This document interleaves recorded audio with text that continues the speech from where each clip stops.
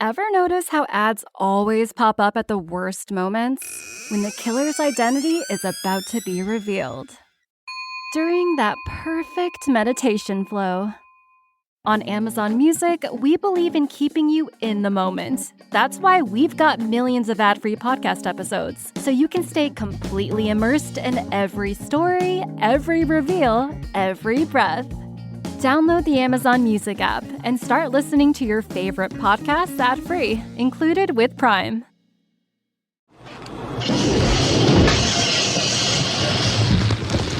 I know I'm human. And if you were all these things, then you'd just attack me right now. So some of you are still human.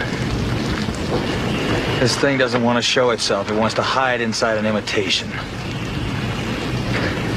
It'll fight if it has to. But it's vulnerable out in the open. If it takes us over, then it has no more enemies. Nobody left to kill it. And then it's won. There's a storm hitting us in 6 hours. We're gonna find out who's who.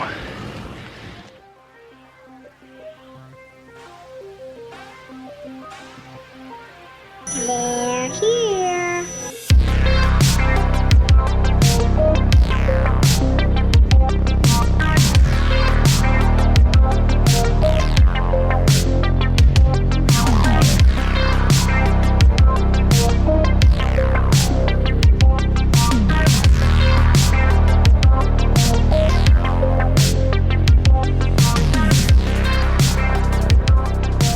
Hey, what's up, Nate? Before we do the podcast, I kind of did something without telling you. I put an ad in the classifieds of the newspaper saying that we were paranormal investigators. Okay. Wait, Corey, we're not paranormal investigators. Well, Okay. I mean, I figured we watched a lot of movies. I was watching Sinister and all those ghost poltergeisty movies, and Yeah, we're podcasters though. but we don't get paid. So I figured our expertise. Anyways, I put an ad there. I didn't mention it to you. I didn't think anybody would call, but we got a letter. Okay. We got a message. We got a letter? A message. To take it down? Yeah. No. Oh. Somebody's in trouble. Okay.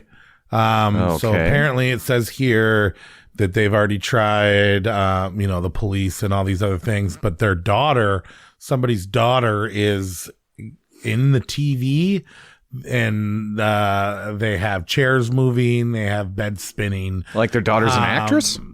No, like she's disappeared. Like She was sucked into a missing TV. child, and the cops have no idea what's going on, and she got sucked into the TV.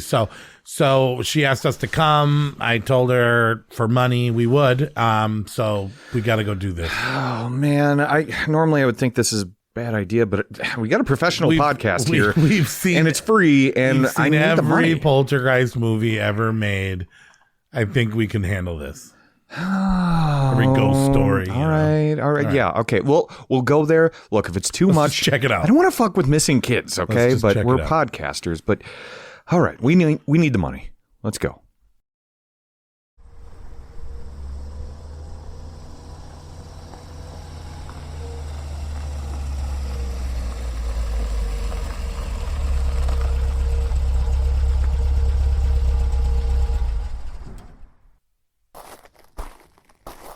All right, this is the address right here. Okay, so let's go see what we can do.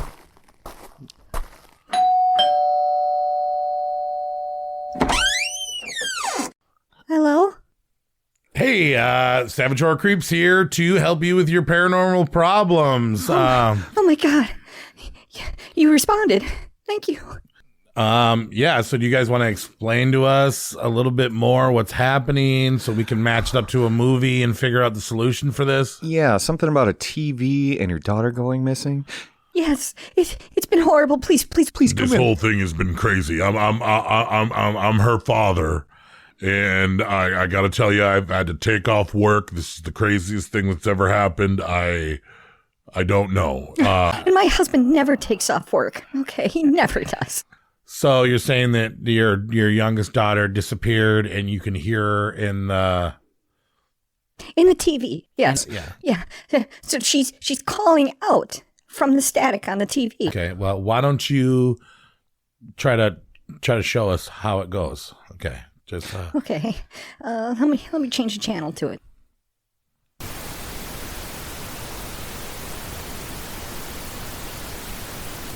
Mommy! Did you hear it? Help me! Did you hear it? That's my baby! That's my baby! All right, hold on. Where's the remote control? Yeah. Have you tried turning the TV on and turning it off? Yeah, That usually works. It's weird, but it does work for Just like a master reset. Yeah. How are the batteries in the remote control? my browser wouldn't refresh once, and it worked pretty well. You know, so let's just try it. All right, so hand me the remote. Here. Mommy, help me. All right, Nate, try to rewind. The TV. Okay. Hit the rewind. All right, yeah. button. Maybe she's DVR'd. Did you DVR your daughter? Oh, it didn't do anything. There's an eject button on here. I'm gonna try that too. Hit eject. I mean, I used to work at a Radio Shack, and this fixed most electronic problems. Okay. It's not working. That did not work. No. Okay. Huh. Okay. Do you remember what channel she was on? Yeah. Guys, I don't. Do you guys actually think you can solve this, guys? Look, sir, we're the experts here. Okay, we've seen over thousands upon thousands of movies. So if you want to see the weird stuff, as her father, why don't you come upstairs? Let me show you her bedroom. Weirder than your daughter being sucked into the TV. Oh, sure. You lead the way, sir.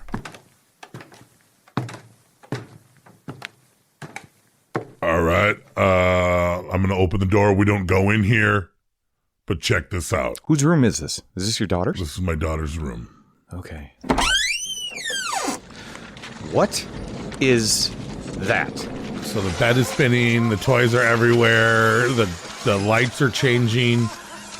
This is insane. That clown doll is doing a sexy little dance in the corner. This is nuts. Yeah, I don't like this. So you said that the last time you saw her, she was in this room. She was in this room, and then she disappeared in the middle of the night. There's a light shining from the closet. Have you guys been in that closet? No, like I said, we don't go in there anymore. Okay. Well, I've got a couple ideas. Yep. Have you guys had any maybe witches sage or defumigate the room? It's a good idea. Honestly, a lot of people sage out spirits all the time, especially when they move into a new home. Do you have any sage, Nate? No. I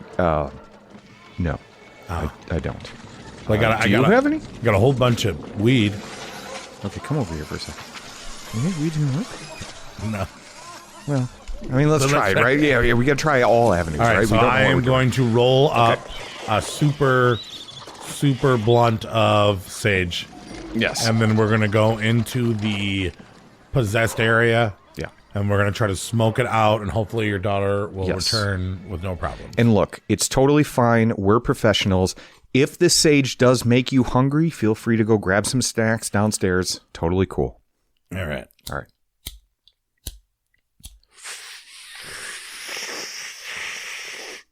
Let me get a hit of that sage.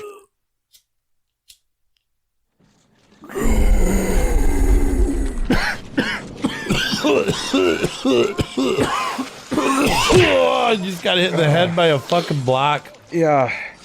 Hey, is your daughter back? I forgot what we were doing. Yeah. Is your daughter come back? Okay, no. So, okay, Sage, this is obviously a bigger situation than we thought. So, if that didn't work, we're going to have to go deep into our horror movie knowledge here, okay? You have other children, right?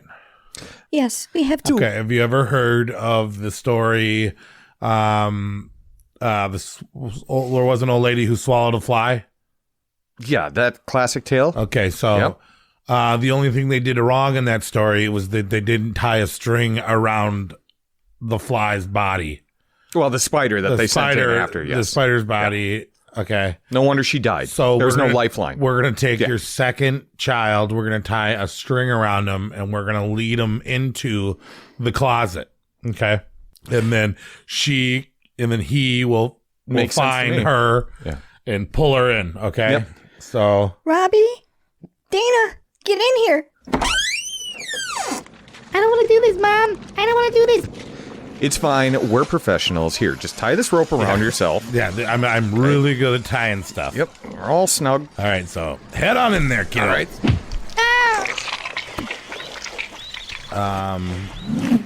Oh, shit. All right, pull the. We forgot to hold on to the rope. string. Oh, damn it. Oh, Damn it. sorry. I thought you had the I rope. didn't mean to laugh, but that was such a rookie mistake. Oh, my God. It's okay.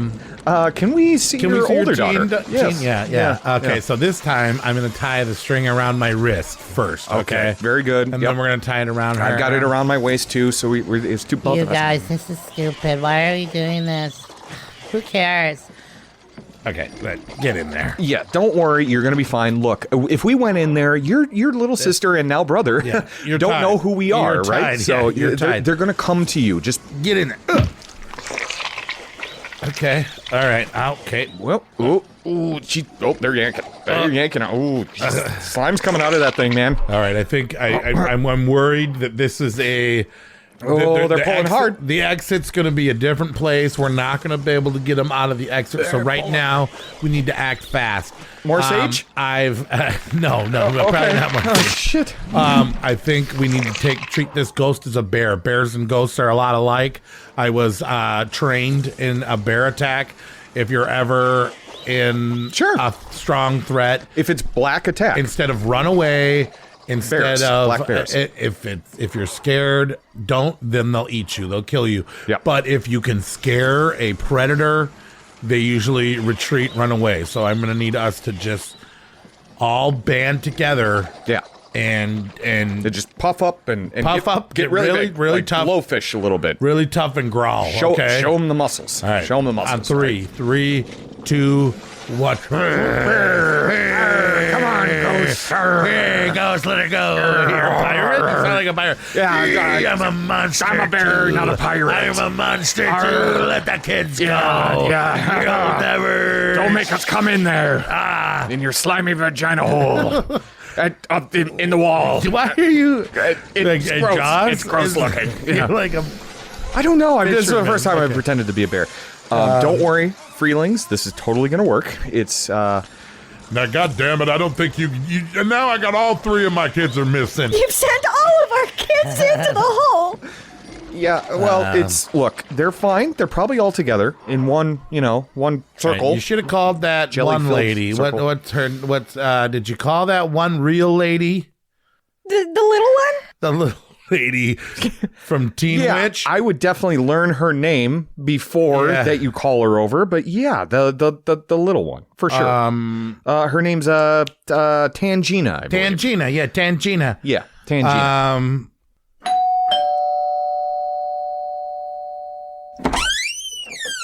I felt the spirits calling to me, and I felt that I was needed here. Oh, thank God. Jesus. Tangina's Yeah, here. You read our minds. Okay. I don't read minds. Tangine. So we tried Fine. the saging, we tried the remote control, we tried the string, and then we tried to scare the beast away. There's 3 kids in there now, and we don't want to get sued. So all they did was smoke pot and, Please help us. and they just smoke pot and send all of my 3 kids into the supernatural hole. You boys need to get out of here, and I will cleanse this house. All right, good. We have a podcast to do anyways. Definitely need to get some Febreze in the smaller daughter's bedroom before you bring her back out of there, though, for sure. All right, but thank you guys for returning my ad. Or Well, slam the door. we didn't get any money, but that's you know what? That's fine. Whatever. It was Corey, yeah. It was cool to see the bed spin. Way too high for this. Seven Short Creeps, episode 43, the horror of 1982, the first 80s episode all year. We were trying to catch up to make things snare, and then I believe we are only 2 episodes away of being through half of the years from 1970 to 2024. I think we got a couple more episodes. We are nearing half of the episodes. on all the years, which is pretty cool. It's been a while since we did an 80s episode because, let's be honest, some of the best horror came out in the 1980s, and we just didn't want to burn it through. And this year is a fucking awesome year. Even if the movies didn't make the list, there are some amazing movies that we've left off tonight because there's that many in 1982. Great episode to do. So before we get into 1982, what has been happening lately in horror? Well, hello, Mr. Fancy Pants. I got news for you, pal. You ain't leading but two things right now, Jack and shit. And Jack left town. All right. So I was talking shit about the Wolfman trailer or the Wolfman display, and then I saw the trailer, and it looks a little better. Yeah, I think it's going to be good. Lee Winnell, I trust in him. I think he's going to make a good one. I think it is going to be more like we talked about. The and Invisible it's that guy Man. from Possessor, right? Yeah, I think so. Yep. Wow. Wow. Wow. Oh, wow. In other news, in alarming news, Strangers 2 has a release date. It is going to movie theaters, from what I understand. But here's the kicker.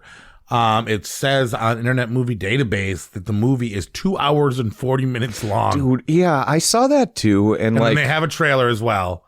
Yeah. Which gives away a lot, but maybe it's the first 10 minutes of 2 hours and 40 minutes. There's still a lot. It could be, yeah. It does look different from the first film. And it looks different than the second film after the first film. Yes, Pray at Night. Yeah. So it's not that. It's not the remake of Pray at Night. But here's the thing, though. The first one wasn't that successful in the theaters, so I thought this was going to go straight to streaming. Right. And now they're like, no, we're doubling down. We're making it 2.5 hours plus long, and then we're going to put it back in the theaters. Yeah. Like, okay. I mean, I'll go see it, and I didn't hate Strangers as bad. We're not the average viewer, though. But yeah, 2 hours and 40 minutes is too long for that kind of movie, man. I remember the first movie, I was like wishing that it would end. Yeah, and then, me too. So I don't know what they're going to do. And I think it speaks to how familiar that first movie was. Yeah. Yeah. Maybe. Or, yeah, I saw it alone, too, though, so that was maybe that was it. Maybe I just need some buddies. You just need some human contact. Maybe I need... I don't know. And here's another really interesting thing that I heard. Everybody saw Trap this year. Mm-hmm. And I didn't even think about it until M. Night Shyamalan just released that the character, Josh Hartnett's character in Trapped, and all these characters and all the unbelievable stuff that he does, he is actually part of the Unbreakable Mr. Glass split universe. So he is a villain to perhaps join sides with Mr. Glass or fight against Bruce Willis's Unbreakable character. But aren't they all dead? Spoiler alert. Well, I don't know if maybe we're jumping through time or if we're starting a new thing, but this is the same world, and apparently there will be more films to interconnect those. Now, it's been a while since I saw Trap, but you saw it too, right? Yeah. Yeah, in the theater. Yeah. But like him being able to, yeah, he was. I mean, he could escape a limousine surrounded by cops without anybody seeing him. I don't know. Maybe he's just doubling down on like all the questions people had, like all the unbelievable things that he did that no human being would be able to viably do, or he's trying to defend the universe being flawed for villains to get away with anything. I don't know, but seems like a stretch, M. Night. Yeah, right. I don't know if I'm buying this. But I did read an article, and he said, "Yeah, obviously, I thought that was obvious." I believe he even said, "I thought it was obvious that this was part of my superhero world." I don't want more of that world, though. I loved Unbreakable. Yeah, and I liked Split better. Split was good. Yeah, fine, and a lot of people do. I like Split as well. Glass was. Not so great. Not so great at all. But it took some risks that I appreciate. I don't think they worked, but I appreciate it. But I'm also done with that world now. You know what I mean? Yeah. But I guess they kind of went on to say there was like another generation at the end of that movie. Yeah. You know, so then they're fighting perhaps Josh Hartnett. Okay. Yeah. What if he ties in every movie in his collection. And he brings in the ghosts from Sixth Sense or the aliens. Like Josh Hartnett's run from the police. He ends up in the village. Yeah. From the village. Yeah. I don't know. Maybe the Shyamalan universe. Shyamalan universe. Actually, that would kind of be cool if he tied that movie in. I would have no idea that was coming in. Yeah. In Trapped. I would like which is Trapped 2. Bryce Dallas Howard, blind, just bumps into him. And she's the new superhero. Yeah. I don't know. I dig that. Do you have any news? So Stranger Things 5 just released their teaser trailer. It is guaranteed to come out in 2025, if that matters to you. Wow. I'm done with the guarantees. Well, no, they're announcing it, and then they put every title of every episode out on the I'm teaser. I'm a super big Stranger Things fan. But, Are you? Yeah. That's the David Harbour's daddy. After season 4. Fuck, man, that was so good. He said he said the final episode is super emotional and it's one of the best things they've ever done in the entire series. It ought to be. I mean, we watch these kids grow up from 12 to 28. Yeah, and they're going to like fucking like not superimpose them, but you know what I mean? The pizza guy, why can't I think of his name right now? I know what you're talking about. The high one, right? Argyle. Yes. Yep. He's not in it. Oh, really? Yeah. Well, there is a time jump. Because apparently that also gets confirmed in the teaser trailer. So apparently season 4 ended in March of 1986, and this one takes place in September of 87. Eddie comes back, and he's going to be the one to defeat Vecna. And obviously that dragon's going to come back, and obviously Will is going to become a villain. Oh, really? Oh, yeah. I have tons of what do you call that? Hypotheses. No, yeah. Well, that's one of them. That's one of theories. Theories. Yeah. Okay. Well, it's same thing. And then when we get closer to that release date, I'll tell you all the things that I think is going to happen. Okay. You know. Yeah, I'm planning on. And I'm sure smoking pot will save the day. As it should in 1987. Because Will's older brother will get so stoned. Yeah. Yeah. I'm excited about that. After season 3, I was like, okay, it's not bad. But then season 4 came out and put me right back in it again. So good. No, I literally think Eddie's going to come back as like basically Eddie from the Iron Maiden. He was so loved, right? Wow. Yeah. And then if you actually look at the character Vecna from the Dungeons and Dragons lore, he has a disciple who is Eddie. So Eddie's going to be the bad guy, but his disciple overcomes the spell and kills Vecna. Yeah. So there is D&D lore that I think will be pulled in there. And if you see the teaser poster, it's obvious that Will is under a spell as well. Really? Well, even the end of the last season. Yeah. Yeah. Okay. But we'll get more into those theories later. Once it gets there. Yeah. Closer to. But hey, it's coming out next year. It's going to end. What about this? What have you watched lately before the one that we both watched that we want to talk about a lot? Well, I kind of alluded to Strangers Chapter 1 just a minute ago. Yeah. I finally saw it. It's okay. I prefer the original Strangers. It takes a lot of the story beats from the original one. I know that I don't know. It's just an okay film. I didn't really like it that much, to be honest with you. I was super pumped about this whole thing, and it was. I've only watched it once, though. I need to watch it. I mean, it's well shot. There's some suspense like there. The little thorn bush that she lie in. Yeah, it's well shot. There's some suspense, but it's and so you saw the guy from the Rob Zombie movies, right? Yeah, I did. Yeah, the Richard Brake. He's gonna be like the super. He will be. Yeah, he's a sheriff or something. You can't just put him in like there 2 minutes. No, he'll be in the later films. And I like how they hated vegetarians in this. Yeah, well, that was nice. I'm excited for a trilogy. This film is just kind of like... That was nice. That's what you say. You don't like vegetarians either? Now we seem like bullies if we both don't like vegetarians. I thought you would defend them. They have no purpose. But yes, that's fine. No soul. They have no soul.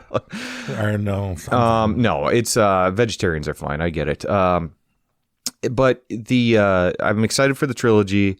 The first film, I wish they released the second film like right after the first film, because the first film is just a bridge to get to that second 2 months. film. Yeah. You know what I mean? Or because originally it was like 3 Strangers movies in 1 year. Yeah, right. But now or it's starting, strangers, not Stranger Things. Yeah. Oh, because we were just too much stranger talk. Yeah, I wish they released the second one closer too, because you can't watch that first film being familiar with the original and being like, this is kind of pointless. Yeah. You know what I mean? But anyway, we move on. Yeah. What did you watch? I watched. Let's go one for one. Let's go one for one.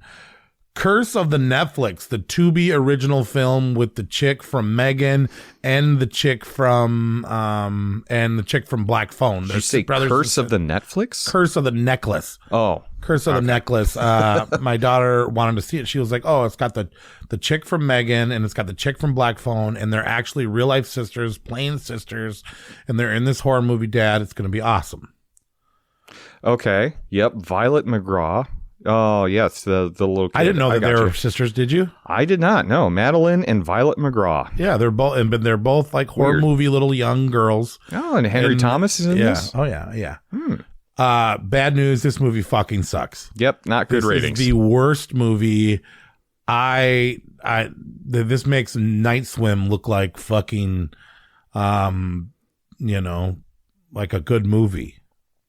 Really? It's bad. It's at the bottom of my list. Yeah, 4.5 on IMDb. Not great. Not great at all. That could be worse. But anyways, I mean, like I said, it's cool to see the girls interact and to find out that they're things, and you're like, okay. But yeah, just not as good as Tubi's other originals. You know what I mean? Like Low Lifes is better. Low Lifes was great. Yeah. So yeah, maybe check it out, but don't expect anything great because there's two actors in there that you wanted to see more of. Yeah. All right, what have you seen lately? Okay, so I saw Infested, which is the French spider movie that came out at the beginning of the year that we both passed up on. Yes. Okay. I think it is one of the killer spider movies out there. Better than Arachnophobia?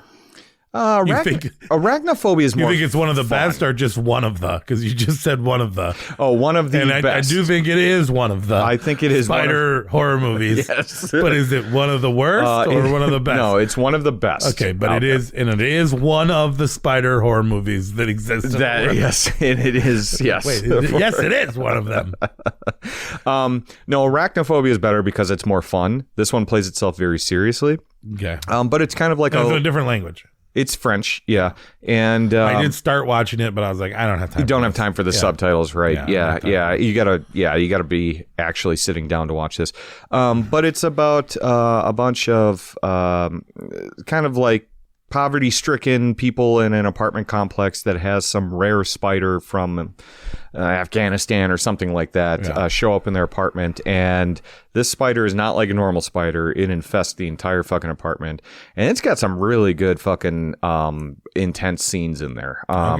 It doesn't go overboard with the big spiders, like it's not like over the top like like Eight-Legged Freaks. It's not like that, which is also one of the spider movies, yes, in the world. And we'll leave that there.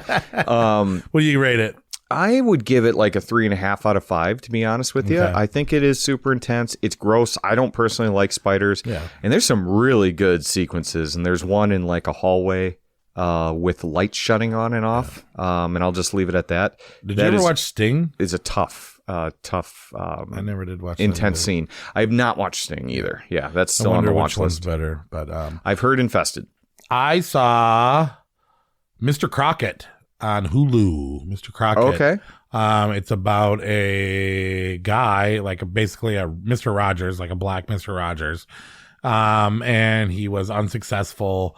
And then he died, and then now he can jump out of the TV and avenge children from their abusive parents. So it's basically a story of a mean dad that forces his kid to eat food at the beginning, right? And then he yells at his kid and calls him a bitch and a pussy and all these fucking names, and then pretty much shoves food in his mouth. And then Mr. Crockett leaps out of the TV show on the VHS and does the same thing to the father. And I really liked that aspect of it. And I was like, oh, this is awesome. This is a monster that chops out of the TV and protects children. Mm-hmm. Well, and then it moves on and it twists a little bit, and it becomes that he's also an abuser. And after he avenges these children, he traps them into the VHS TV show haunting thing. It's like Freddy Krueger meets Mr. Rogers meets I saw the TV glow. It loses you. It was a really good idea. It seemed like it would have been a really cool character. Okay. The acting is good. But then when they villainized him, well, they made him like a hero and then they villainized him and it had me super confused. So they didn't know what they wanted to do with the Mr. Crockett character? I think they just tried to do too much. They were like, okay, well, this is a bad guy, but he's also a good guy. And I got you. They were trying to make like a Freddy Krueger type thing that protects children, but then also, I don't know. You should check it out. It's a D+. There's potential. D+. I gave it a D+. I love our rating systems are just not anywhere the same. Yeah. I give it a 3.5 out of 5. Grades on the watched. But yeah. That would be a 3, probably a 3 out of 5 or on your scale. Yeah. Holy shit. Or Okay. a 2.5 or a 3. Okay. It's okay and it has potential, but it's not great. Not what people said it was going to be. Okay. I have heard some good things about it, so I'm definitely going to check it out before the end of the year. There's some cool effects too, and like I said, I like the parents getting fucked up, but I don't like it when the kids are getting fucked up. Yeah. I don't know. Yeah. One or the other, I say. So I watched another foreign horror film, and this one is Exuma on Shudder, and Infested was on Shudder as well. Yeah. And that is a very interesting, I believe it's South Korean movie. I don't know what's it about? It is about this rich guy that wants this grave exhumed. So because of... exhumed, like... Okay. Yeah, and then... But he wants it for a specific reason, which I won't get into. But then, so there is a paranormal, like, almost like a shaman type lady. And then she knows some paranormal investigators. And one's like a bioexorcist. They're better than us? Or not a bioexorcist, but a bio, I don't know. Yeah, bio. You know what I'm talking about. Yeah. And they dig up this grave, but they unleash this odd spirit that really causes some havoc. It's funny?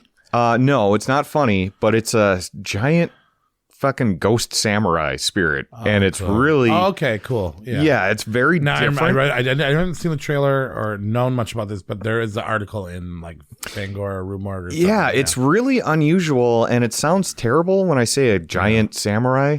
Yeah, they used all those big words and... Yeah, but it's actually, they play it straight. It's pretty intense. If you like The Wailing, I think you'd like this one. Yeah. And you remember The Wailing, right? Yeah, The Wailing's okay. Yeah, Wailing's better than this one as far as I'm concerned. But I gave this like a 3. The Wailing was 3 out of 5. Gore.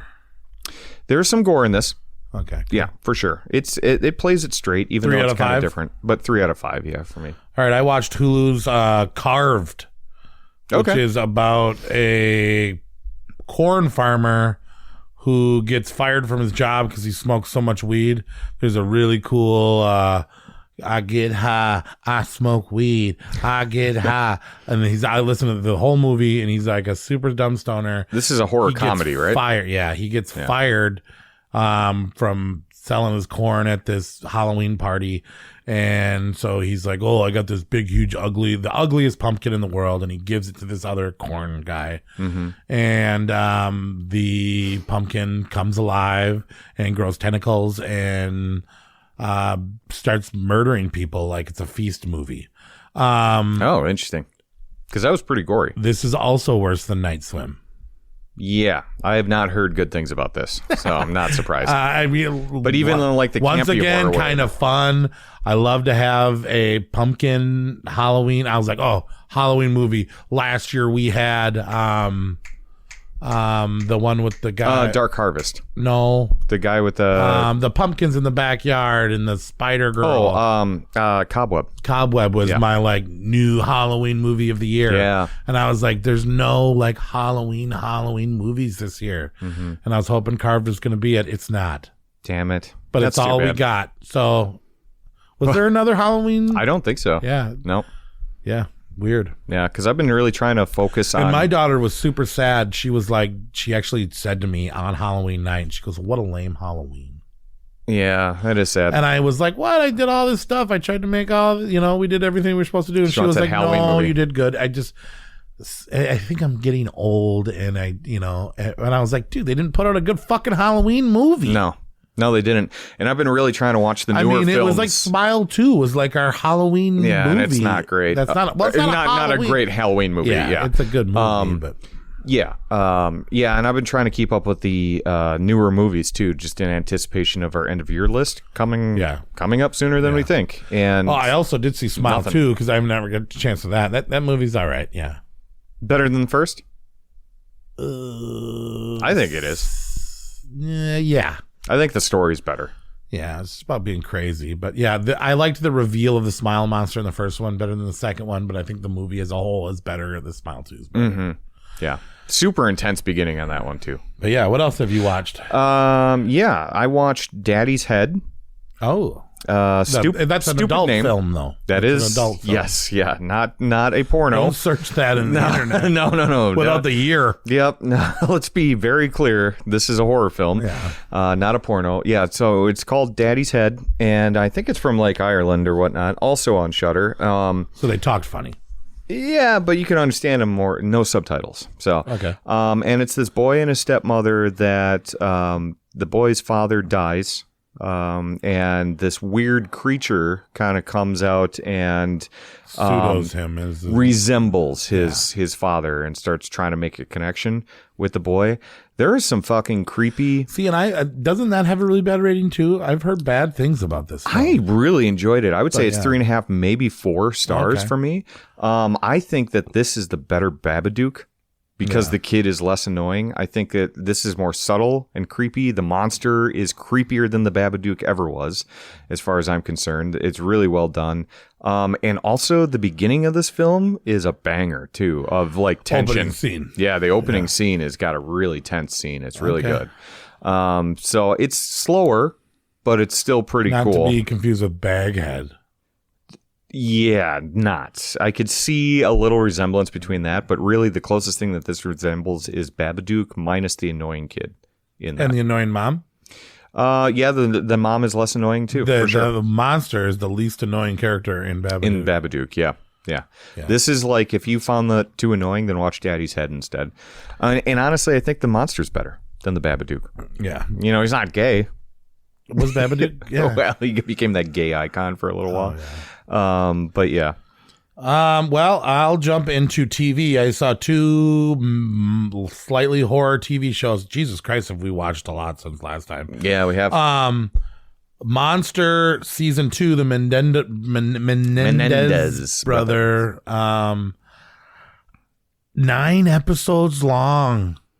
Is there 9 episodes? When pretty much everything is the first episode and the last episode. That was I what wish I would have watched you. the first episode and the last episode and kept all this filler. Yeah. Which it's great filmmaking. It's great.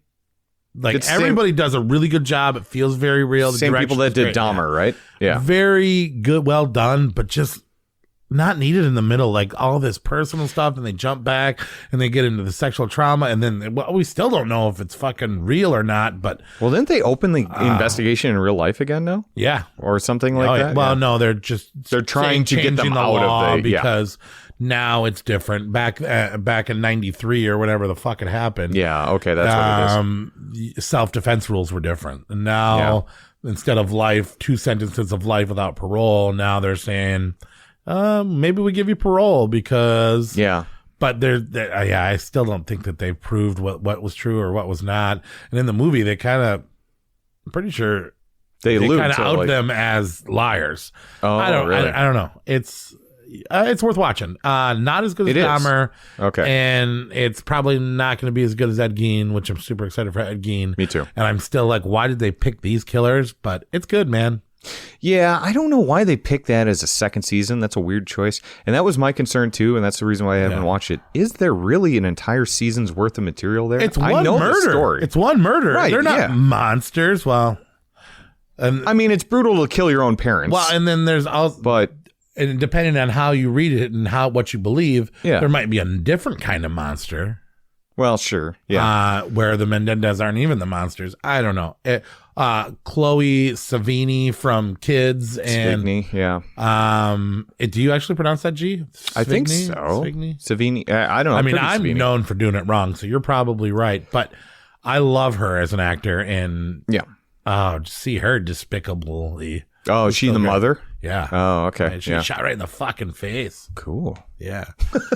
And then I just want to touch on this briefly.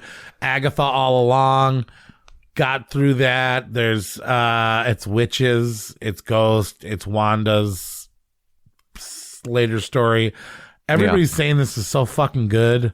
I don't like it, but it progresses the story. We might be getting a little death action. So this is Disney does Sabrina, The Chilling Adventures of Sabrina, or whatever that Netflix did. Well, this is the sequel to WandaVision, Scarlet Witch. Okay. And we're going on what happened in WandaVision after Scarlet Witch left. And then what's her name from Chucky remake? Aubrey Plaza. Aubrey Plaza plays a huge character and becomes a huge character, which I'm not even sure how I feel about it. She's pleasant to watch all the time. And there's lots of witch and there's cool effects and there's lots of death.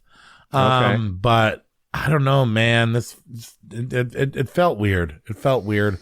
I'm not feeling it. I don't know. Yeah, the only thing I've heard about it is like, oh my God, it's the first butt that Disney has shown on TV. I'm like, I don't care. Like, that doesn't do it for me. Is it even? I don't know. But yeah. So yeah, I'm not really feeling that. Monster was better. Okay. And then do you have any more watched? Just the one that we both watched recently. Okay. Well, I also finally saw The Substance, and I don't want to get into that too much because we're going to be talking about that at the end of your episode 2. Everything Nate said is true. It's the best. It's amazing. It's Cronenbergian. I could see that. Yep. If you take Kubrick style and David Cronenberg style and you smash it into this hyper sexual, I love that, gross out, I love that thing. And at first I'm watching it and I'm like, oh, it's long. I don't really like long horror movies. And then I'm like, okay, this isn't even really horror. And then it gives you the goods at the end. They haven't made a movie like this in such a long time. No, this is maybe one of the best movies that we have seen since we started the podcast. Yeah, I agree. You get the goods at the end. Our number one last year and our number one the year before that on our very first episode, Barbarian. And then number one last year, Evil Dead 2. Rise, yeah. This is Evil Dead, whatever. This is both of them out of the fucking water, man. Yeah, I agree. I think that's a better film. I had such a smile at the end of my face. Or on my face at the end of this film. At the end of your face. At the end of my face. Because a cutout magazine piece. Yeah. But it was so fucking like wild and intense and fun. And I was just grinning ear to ear. Yeah, it makes you think afterwards. And then I am so excited to rewatch it because I just saw an article recently, and it's funny you said Kubrickian, and maybe you saw the same article. Cronenbergian, I said. Cronenbergian, but like comparing it to Kubrick. Because the stills next to the Shining. The stills next to, she apparently put Carly Forget, or however you say her name, the director of the film. She did Revenge.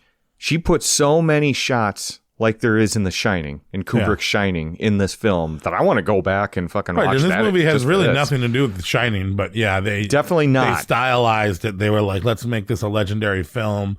The sets, the backgrounds, the hidden details. Yep. This is going to be a Shining-esque rewatch movie. I think every time you watch this movie, you're going to notice more detail. I and agree. The fact that they never boasted this film up, they didn't like hardcore advertise this until it came out or anything. They let the film fucking speak for itself, and they're going to let it grow in time. When they say on there, instant cult classic. I agree. Instant cult classic. Great movie. Yeah, and a lot of people throw that term around, but this honestly is. All right, and then Azrael with... Yes, the one we both saw. We both watched that when that came out. My girl, Samara Weaving. Tuesday before Halloween. Fucking... Do you like blood? Do you like... Well, so it's like Quiet Place Day 1 mixed with Ready or Not, mixed with some really Mr. Flub. It's about a girl that has the worst day in the world. So first of all, we should tell you the rapture. The rapture. Yes, you know what the rapture is. Yes. God lifts up all the non-sinners, takes them to heaven, lets them live a happy life, and then he leaves all the sinners down on earth to live in a shitty version of the world. And this is what, 20 years, 30 years after the rapture, something like that. Time has passed. All these there's either these crazy evil people, and then there's these people that have cut out their vocal cords. Yes. In order to think that Jesus would forgive them and eventually bring them up to the rapture, right? That's why they cut their shit out. I think so. I mean, when no one talks in the film, it's kind of hard to understand. It's Quiet Place Day One, Ready or Not, and Immaculate mixed together. Yeah, I could see that towards the end for sure. But done better, I think, than a lot of those. Yeah, I think so too. I was surprised by how much action was in this film. Oh God, it's nonstop. And I was worried about when I first put it on, I was like, "Oh, this is going to be a slow movie." Yeah, and no. Well, because no one talks in it. Yeah, there's one character that talks, doesn't even speak English. Yeah, and that's it. And it's so no one talks in this movie. And I'm like, yeah, this is going to be kind of like a chore. This is going to be Sasquatch Sunrise, basically. And you're just watching them. But no, this is action heavy. This is violent. The demons are kind of cool. Non-stop too. Yeah. And it's quick, fast, it's beautiful. Yep. And now there's enough Samara Weaving movies to have a Samara Weaving subgenre. Gorathon, where she just gets drenched in blood. Samara Weaving, drenched in blood. There's enough movies for a subgenre. Yeah. It's great. She acts the hell out of this movie too. Yeah. And then why? Everybody was complaining on Letterboxd. Why do you have girl with the most prettiest voice in the world not say a word? Because she doesn't need to be a good rich. actress. Yeah. That's how good she is, It's great. I gave this a B+. Yeah, I'm thinking I'm giving it a 4 out of 5. I think I gave it maybe 3.5, but I'm bumping it up after. It's in the running to be in the top 10 for me. I gave it a 4. It's near end, but it's likely it'll be in my top 10 too. Yeah. Up there with Strange Darling and a couple other surprises this year. Clearly Substance, since we just blew it hardcore, both of us. But there's still a couple heavy hitters left. There is. Heretic is coming out. So I just wanted to say that, this year's outdoing the last 2 years. I agree. I was thinking about that earlier this month too, where I'm like, this year, this will be the third year that we covered, and I think this is going to be. I was not that impressed with 2023. Yeah. I really wasn't, but this year really seems great, and we still have Heretic, we still have Nosferatu. Which, whether or not we decide if we count Nosferatu within the year or not, well, it comes out on the 25th. Yeah, worldwide.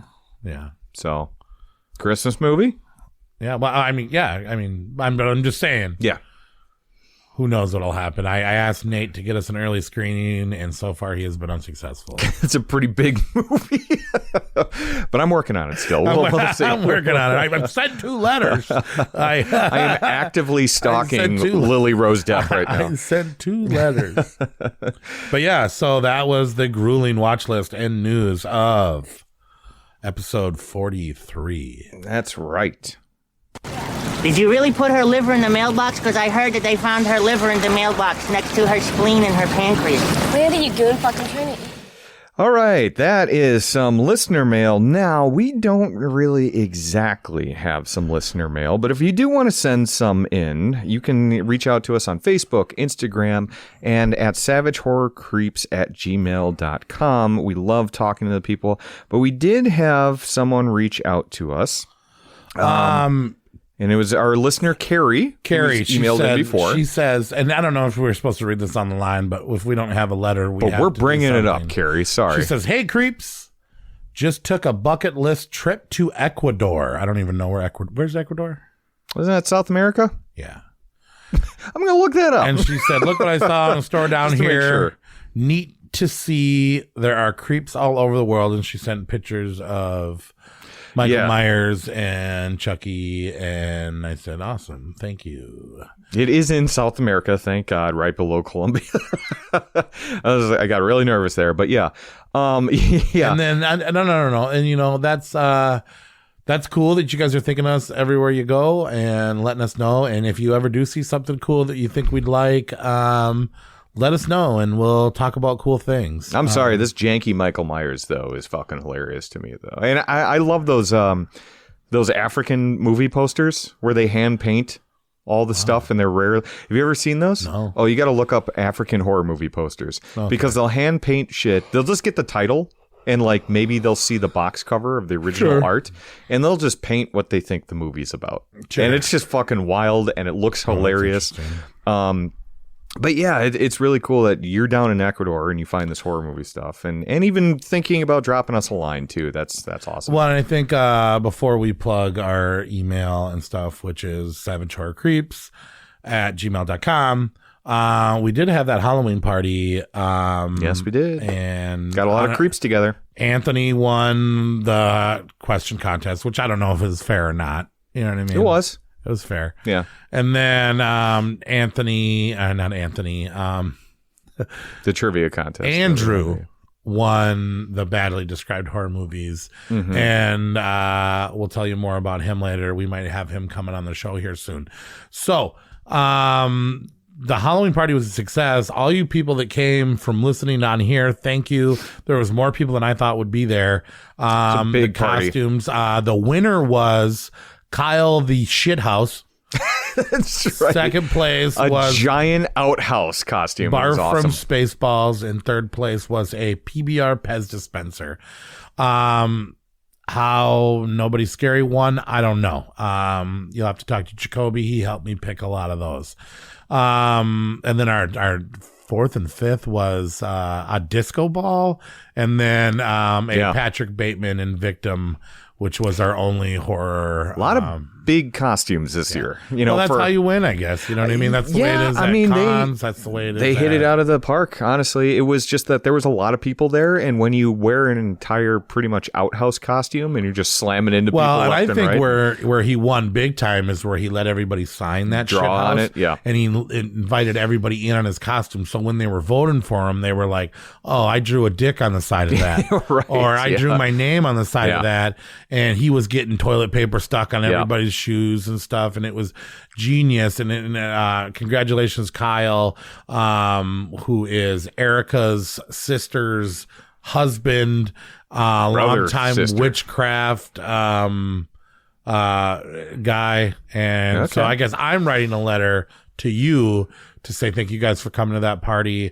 I was a little nervous that we weren't going to be able to do it the way that we did last year or our parties before, and I'm glad to say you guys were amazing and made it really easy and made it fun to be fun. Showed up big time. We were near to record sales at that bar. So thank you for that, and I will be happy to know you that we are going to do another one. Details coming soon. We're going to do an end of the year party at the same spot. So stay tuned for that, but thank you guys, everybody that's listening to this and was there. You're the shit inside of Kyle the Outhouse's outhouse. Yeah, and we have, you know, not only some of the best listeners in the world that always reach out to us. Did you see that piece of shit that was there? The piece of shit? That piece of shit? What are you doing? Okay, I see what you're trying to do.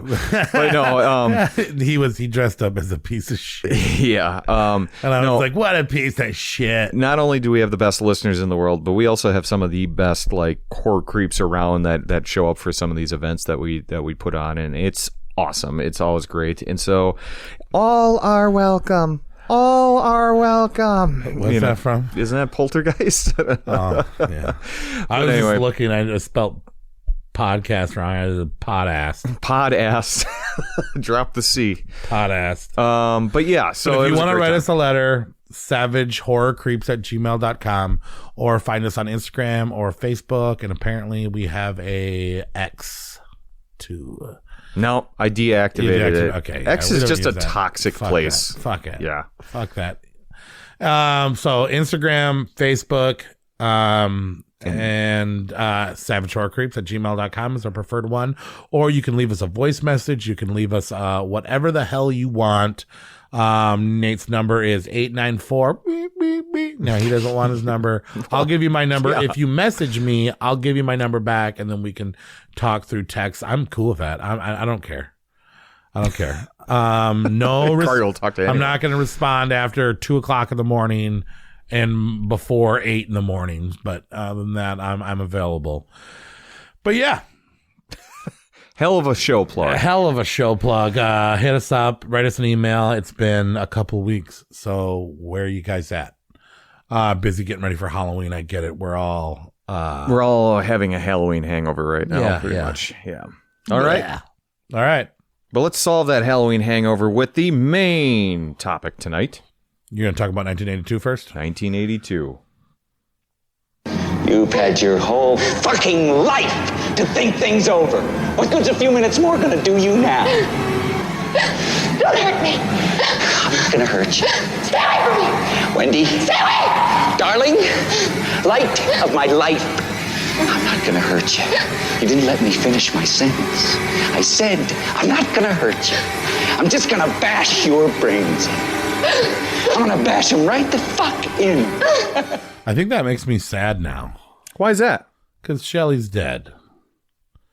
Well, Shelley Duvall is dead. Yeah, I guess. I mean, that is sad. I agree with you. But I'll try and make you happy with this episode of 1982. So what happened in 1982? Music, just to set the mood. Thriller was released and became the best-selling album of all I thought time. we had that. Wasn't that our news one? No, we were just corrected by a listener too that about somebody's watching me is a Rockwell song. But Michael Jackson's Thriller comes out and it's the biggest selling item or album of all time. Some other cool ones, Number of the Beast by Iron Maiden came out during that time, and Randy Rhoads, Ozzy Osbourne's lead guitarist, dies in that. That's when he died? That's when he dies in that plane crash. Yeah. In film, E.T. is the biggest grossing film of the decade. Really? E.T. and Poltergeist are the same year? Yeah. This is a big... Yeah, not to mention all of the fucking awesome horror movies that came out this year. Michael Jordan is still in college, makes a winning shot to give North Carolina the title in the NCAA. So he hasn't even got into the NBA yet. Yeah. The wars aren't terrible. There was, unfortunately, there were some devastating events where we're going through a recession during the time. Not terrible. We're still doing it. We're also, there was some, unfortunately, like some explosions. A heater at a grade school blew up and killed a bunch of children too. Not which horrible. I don't understand. How big was this heater? Not horrible. But it killed 6 children. I mean, really, it was just like minor things. Just the death of 6 and you kids. opened up as nothing too terrible as far as war. Yeah, kids died. Well, I mean, Argentina invades the Falkland Islands, starting the Falklands War, but really... Not horrible. Not horrible. Not horrible. 6 kids die when a heater blows up in their grade school. Not bad. Not horrible. Minor. And the TV show Cheers premieres. Ooh. Yeah. Tony Dancer. Tony Dancer. Yes. Yeah, isn't that his name? No.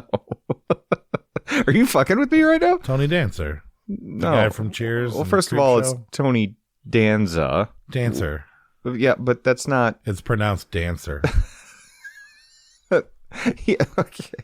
This is wrong on so many levels. Okay, I was going to say, are you fucking with me? You got Tony Danza. No, Ted Danson was on Cheers. Yeah, Dancer. Danson. Tony Dancer. Well, moving on to the first honorable mentions. John made a song about him. Come on, Tony Dancer. He wrote that song about Tony Dancer from Cheers. Yeah, Honky Cat down the Yellow Brick Road. Yep.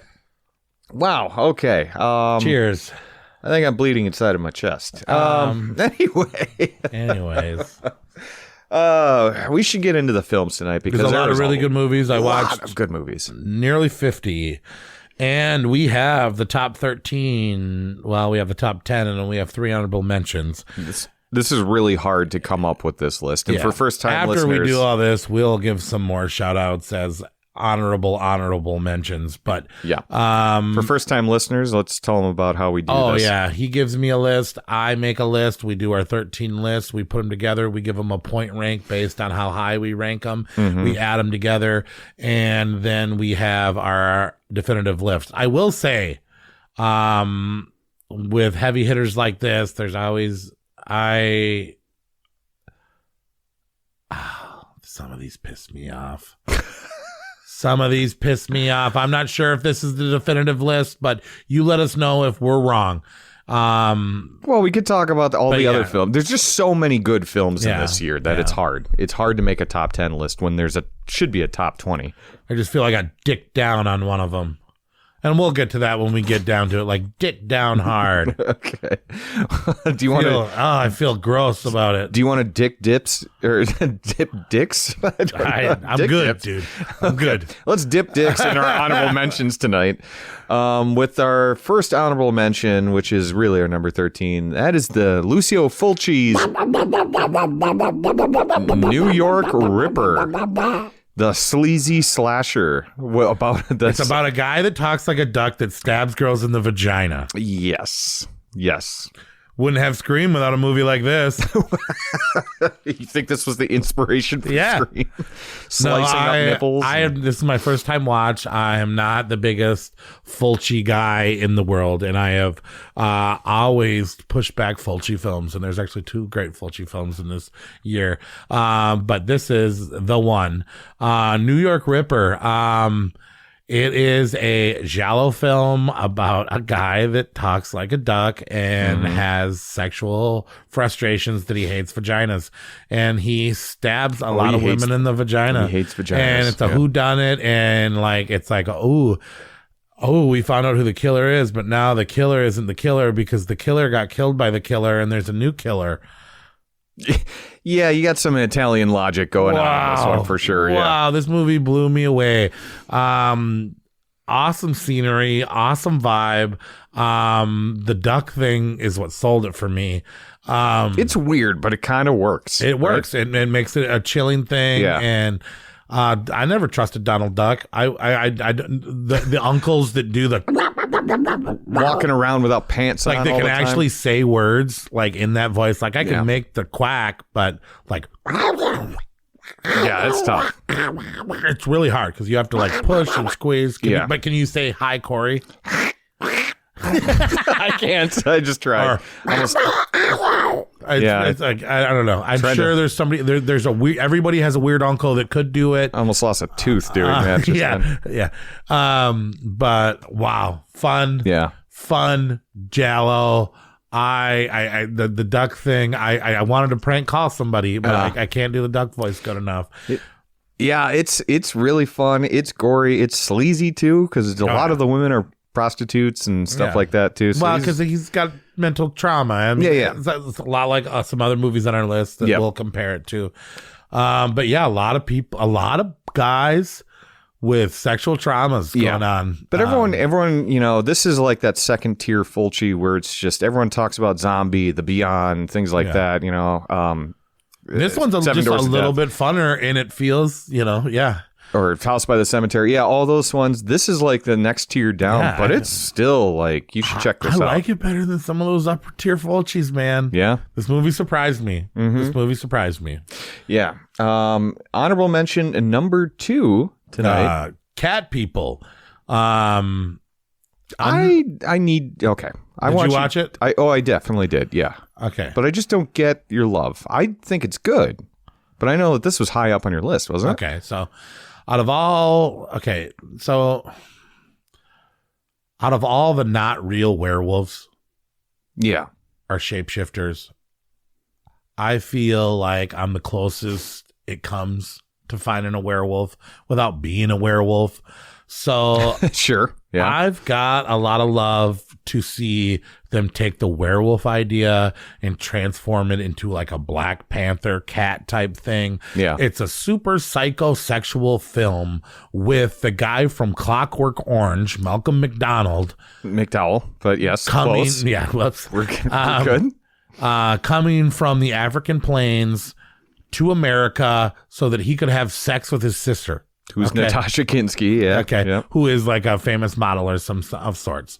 Ends up getting trapped in a zoo, biting off a bunch of people's arms in jealous rages because he doesn't want anybody else to fuck his sister because apparently when they only understand each other. Yeah, two cats have to bang. He can't get wood unless it's his sister. Come on, it's weird. Come on, dude. The incestuous stuff in this film is then weird. We got the guy from Kevin McAllister's dad from Home Alone, John Hurd, who is in love with this really weird chick that was red flag after red flag after red flag after red flag, big time. And then he's literally got one of the hottest chicks I've ever seen in my life as a zoo assistant within the redhead. Oh yeah, she was cute. And then we got an amazing David Bowie score. Yeah. Put it on fire with gasoline. You know what I mean? Like whatever the fuck he was saying. Yeah. It's a drama, psychosocial, erotic thriller with cats, angry Black Panthers eating people's arms. Literal and Black sexual Panthers. rage. Yeah. Atmosphere, the end, the twist at the end, the set drops. Like we were talking about the substance. Look at the background of some of these movies. No, I mean, it's handled really well because Paul Schrader, who is he wrote Taxi Driver. Oh, yeah. Yeah, so I mean, like, he is directing, and I think he wrote this. Yeah. Actually. I don't know. I don't know. Let me look that up. But anyway, Paul Schrader's behind There is a connection, film. but he's directing it. I know that for sure. So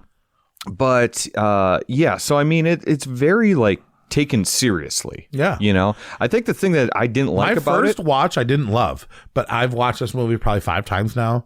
And I'm starting to get more. I think that this is actually a shape-shifting movie masterpiece.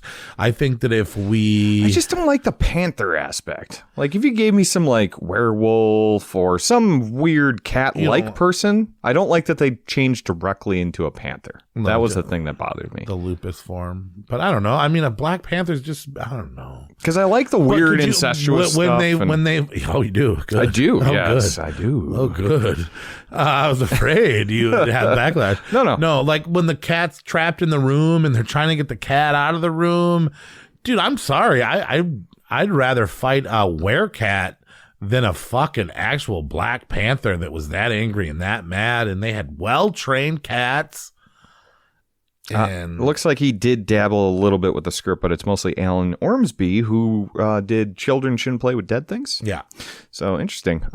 There is a connection to Texas. Well, and you've got Annette O'Toole, who is that redhead that you love, Ruby Dee, Ed Begley Jr. I mean, Frankie Faison.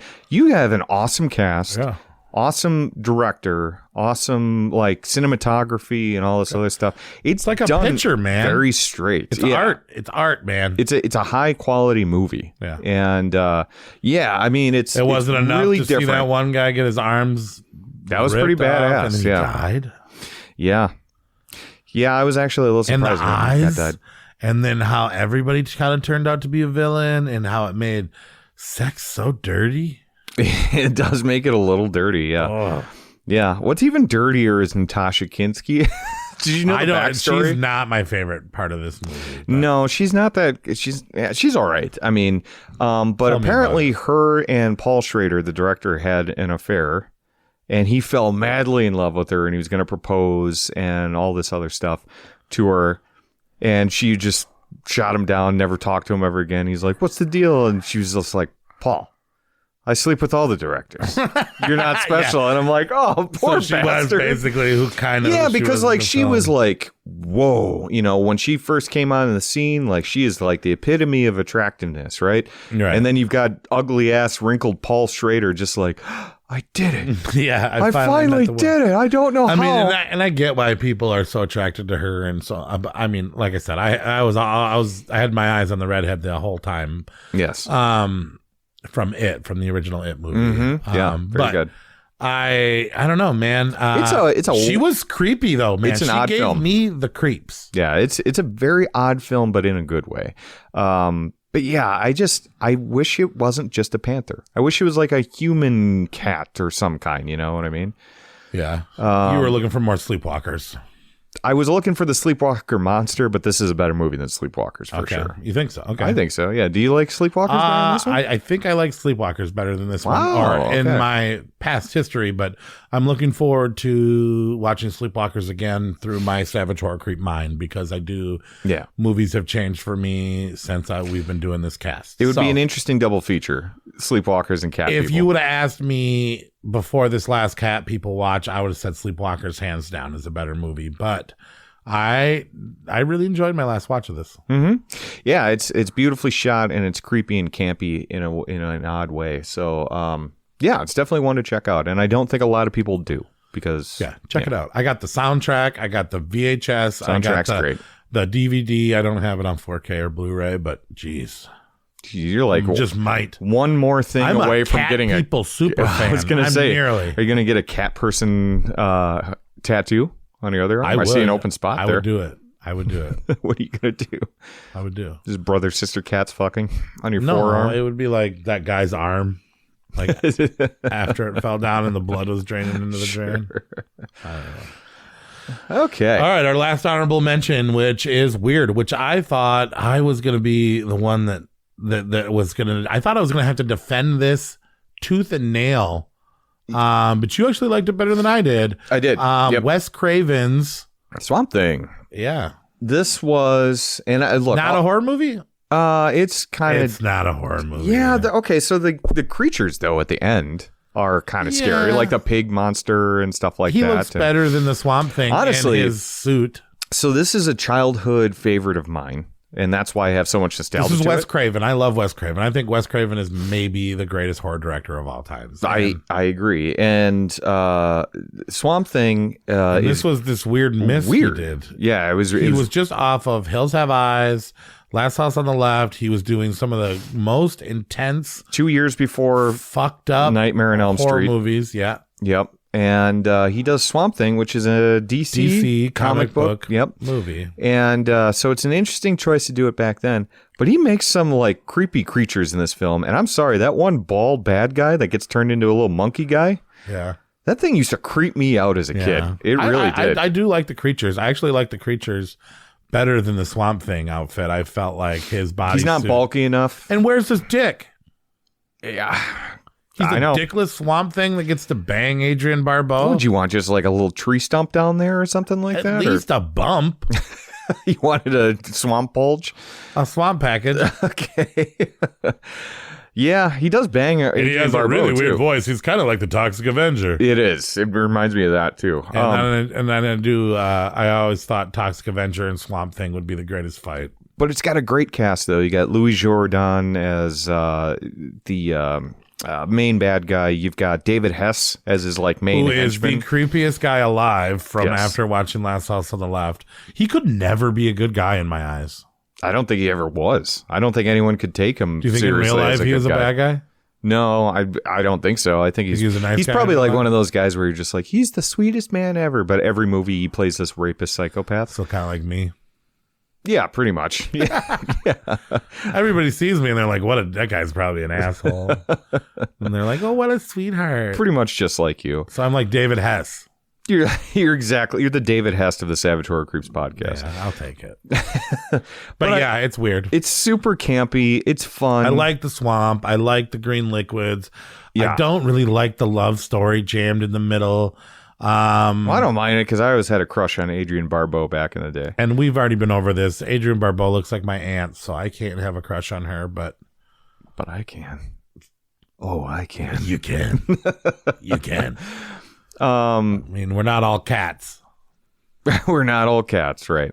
I don't know. I think it's a fun, campy movie. Is it horror? I don't know. There's some good monster work, but it's also kind of like a weird culty comic book. Kind of not horror. And I was like, okay, Swamp Thing's going to be in my list. Once I saw that it was on the list, I watch it a lot. It is also a comfort movie for me, but when I watch it, I don't. It is Wes Craven's second weirdest movie. What would be his first? That other one that he did that wasn't horror. You know what I mean? That the drama. My Soul to Take, or yeah. Well, no. The like straight up drama movie that he made. Oh, I know which one you're talking about. Hold on. Yeah, that one's a little out of place. I mean, My Soul to Take. Music of the Heart. Yeah, Music of the Heart. Yeah. What was that? he made that in between Scream 2 and Scream 3 was Music at the Heart, which is a PG movie. Which is like he lost a bet or something and he made that movie. Yeah, it is a drama / music movie starring Meryl Streep, which is just weird. But I'm saying, okay, so remember Sam Raimi? Yep. Sam Raimi did Spider-Man and he jumped off and he made Multiverse of Madness, and Sam Raimi can jump between horror movies and... Yeah, but Sam Raimi also did Drag Me to Hell in between those movies and right. stuff like I'm just that, saying too. this is like what Sam Raimi, Wes Craven tried to do what in the future Sam Raimi would did, and it's just weird to me. Yeah. I can see a little bit of the Wes Craven stuff in there, and I do like the movie, but I never am like, oh, let's watch a horror movie and does Swamp Thing pop up in my head. Yeah, I could see that. But I love Wes Craven. I think it's not one of his 5 worst. Not one of his 5 worst. What a glowing review. One day we will do a Wes Craven filmography, and we will not put this in the bottom 5. We will not. Yeah. It's fun, dude, and it's great for kids, even though there's a boob in it. There's Adrian Barbeau's boobs in one version, right? The unrated version, yeah. But I remember them just as if they were pulled out yesterday. I don't know. Maybe that was in the normal version. It's awkward. I don't know either. Why is it awkward? Because it's your aunt's boobs? Yeah. Yeah. Well, I remember seeing it. I remember watching this movie on like USA as a kid. Yeah. Yeah, I did too. Yep. And it was so different to me as a kid as it is now. Well, I taped it off of TV. Yeah. And so I would like always watch it on VHS all the time. I didn't see the boobs back then, but then I do now. Anyways, check out Swamp Thing. I think we're mixed on that movie. I love Wes Craven to death. I don't want to talk shit about the movie, but I couldn't in good faith put it higher than 10 because it was number 10 on my list because I had it at 13. There's better movies out there, but I had such nostalgia to it that I had to make my top 10. And as a kid, this was the bomb. It was a great it's almost like a made for TV 100%. Something. Yeah. But respect, honorable mention, Swamp Thing. Yep. All right, let's get into it. The real deal, the top 10 of 1982. The Savage 10. And I will say, this number 10, I didn't have on my super list of 67 movies that I went out there to try to watch in preparation for this movie. Somehow it didn't make my list, but it is very much a 1982 movie. And then I attempted to watch it the last 2 nights and was unable. Oh, so you didn't get to it? Unable in my attempts to find it streaming or for purchase. But I did do that thing that I normally do where I watch all the nerds talk about the movie, and I know all about this movie. And that movie is The Entity. Yes. The Barbara Hershey starring supernatural true story. True story about 3 ghosts that raped a chick many times in front of her children. And that's why this movie is so terrifying to me. I think I'm looking at the list right now. I think that this is the most terrifying movie out of all the movies that we have on our list tonight, because there's something about it that like connected with me where I'm just like, this woman is constantly assaulted by these ghosts, and which you don't see, but like you see her getting assaulted by these things, which is a hell of an acting performance by Barbara Hershey. It was all body doubles for her nude scenes, though. Oh, really? Yeah. It was originally supposed to be Barbarella, Jane Fonda. They tried to get to play this, and then they had another person to get it, but everybody was like, dude, I don't want to do what the script says. So, and then she was like, no, I can't do that stuff. And they're like, we'll use body doubles. And she was like, okay. I mean, it's a heavy film, so it's a film. It's a very hairy film. Hairy film. It's a heavy film though, because it is basically this woman that is unfortunately being sexually assaulted by ghosts. Right. Based on a true yes, true this story. is a real story, and what's so terrifying about it is like her son's still talking about it to this day. Yeah, but like, what is this woman supposed to do? She can't hide from these things. What she does in the movie and starts to like it. She doesn't like it. But she never tries likes to start to like it to make the experience better, right? I didn't see the movie, but they were in real life, I believe she took the thing where she was like, okay, I'm going to start to like this. Well, maybe in real life, but the in the film, she's horribly tormented. It's violent attacks and things like that. You do get the normal ghost elements. The room turns cold. There's shit flying around. Like, you get that creepy ghost element. But the fact that she's getting attacked and sexually assaulted just brings it to a whole nother level. We're making it sound worse than it is. Yeah, I mean, two of the ghosts hold her down while one of them assaults her. Jesus it's not Christ. like all three of them are assaulting her.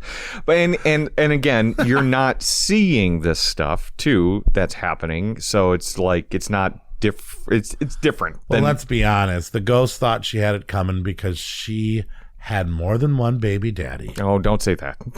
Don't say that. Corey's taking that back. I'm joking. If there was the girls button, that never mind. We'll talk about that next episode. Yeah, you should have hit it. I don't have that ready. Should have. We'll talk about that some other time when we have that daddy, so the ghosts are after me. But what is so terrifying is that she cannot get away from that. And then they take like this interesting approach to kind of get rid of the ghosts at the end. Why can't we be silly about this movie? Why are you being so serious? It's not. It's sexual assaults in it. But the end of this film really gets me, and I'm sorry that I'm going to spoil it. But basically, the ending is like they go through this whole like ghost removal process that doesn't end up working, and then basically at the end of the film, Barbara Hershey's just like, "Fuck it, I live with these ghosts, and it's just my life well, now." What you get for having children out of wedlock, dude, with multiple partners. Oh my God! It was a Christian world back then. God probably sent those poltergeists after her. But it's not as intense as it sounds like, or as Corey's making it out to be right now. I didn't even watch it. But it's kind of intense, and the fact that I think I learned more about the true story than I did the movie. Well, when I think about like Last House on the Left or something like that, you can get revenge on the rapist in those films, right? And they kill them and whatnot. You can't do that to the ghosts. Yes, you can. You can win this battle with Ghostbusters. Learn to love it. No, that's the wrong answer. You're making some hot takes here. Girls, play. Oh, you were so funny about this movie last episode, and now we got to be serious. I said that I would be for it, though, and I'd be willing participant. Yeah. So you learned to love it. But I'm coming. I'm coming love it. into it like excited, not going like, this is my life now, and I Stockholm syndrome myself. You learn to love it. Jesus Christ. This is a movie you learn to love. But it is a creepy movie, though, and I think it's one that a lot of people haven't seen because it didn't get a good release until recently. Now a Blu-ray came out, and hopefully you can find it, Corey, or you could borrow mine and see it at least. Right. But yeah, no, it's a creepy movie, and this one's unsettling for me. So that's number 10, The Entity. Number 9. All right, and this is why I'm so upset. I had a top 4 on this year, and there was 4 movies that I gave a 5 out of 5 stars that I thought were just fucking masterpieces. Okay. And this is one of them. Okay. Slumber Party Massacre. In the vein, this was the movie that broke the wave for sorority babes in the slime ballerama. Mm-hmm. It's when you take Porky's and you mix it with Halloween and you have this 80s fusion of fucking magic. Okay. Yeah. Female directed, but Corman controlled. Hence all the nudity. So this is a movie that was hated on for being sexist, anti-woman, and everything, but it's secretly a feminist film. If you notice, every person that's fixing something, working a job, it's all a woman except for the pizza guy that gets his eyes bulged out because he was probably a pig anyways. There is clearly tons and tons and tons of strong female characters mixed with the most sleazy, derogatory shower scene in film history. Yeah.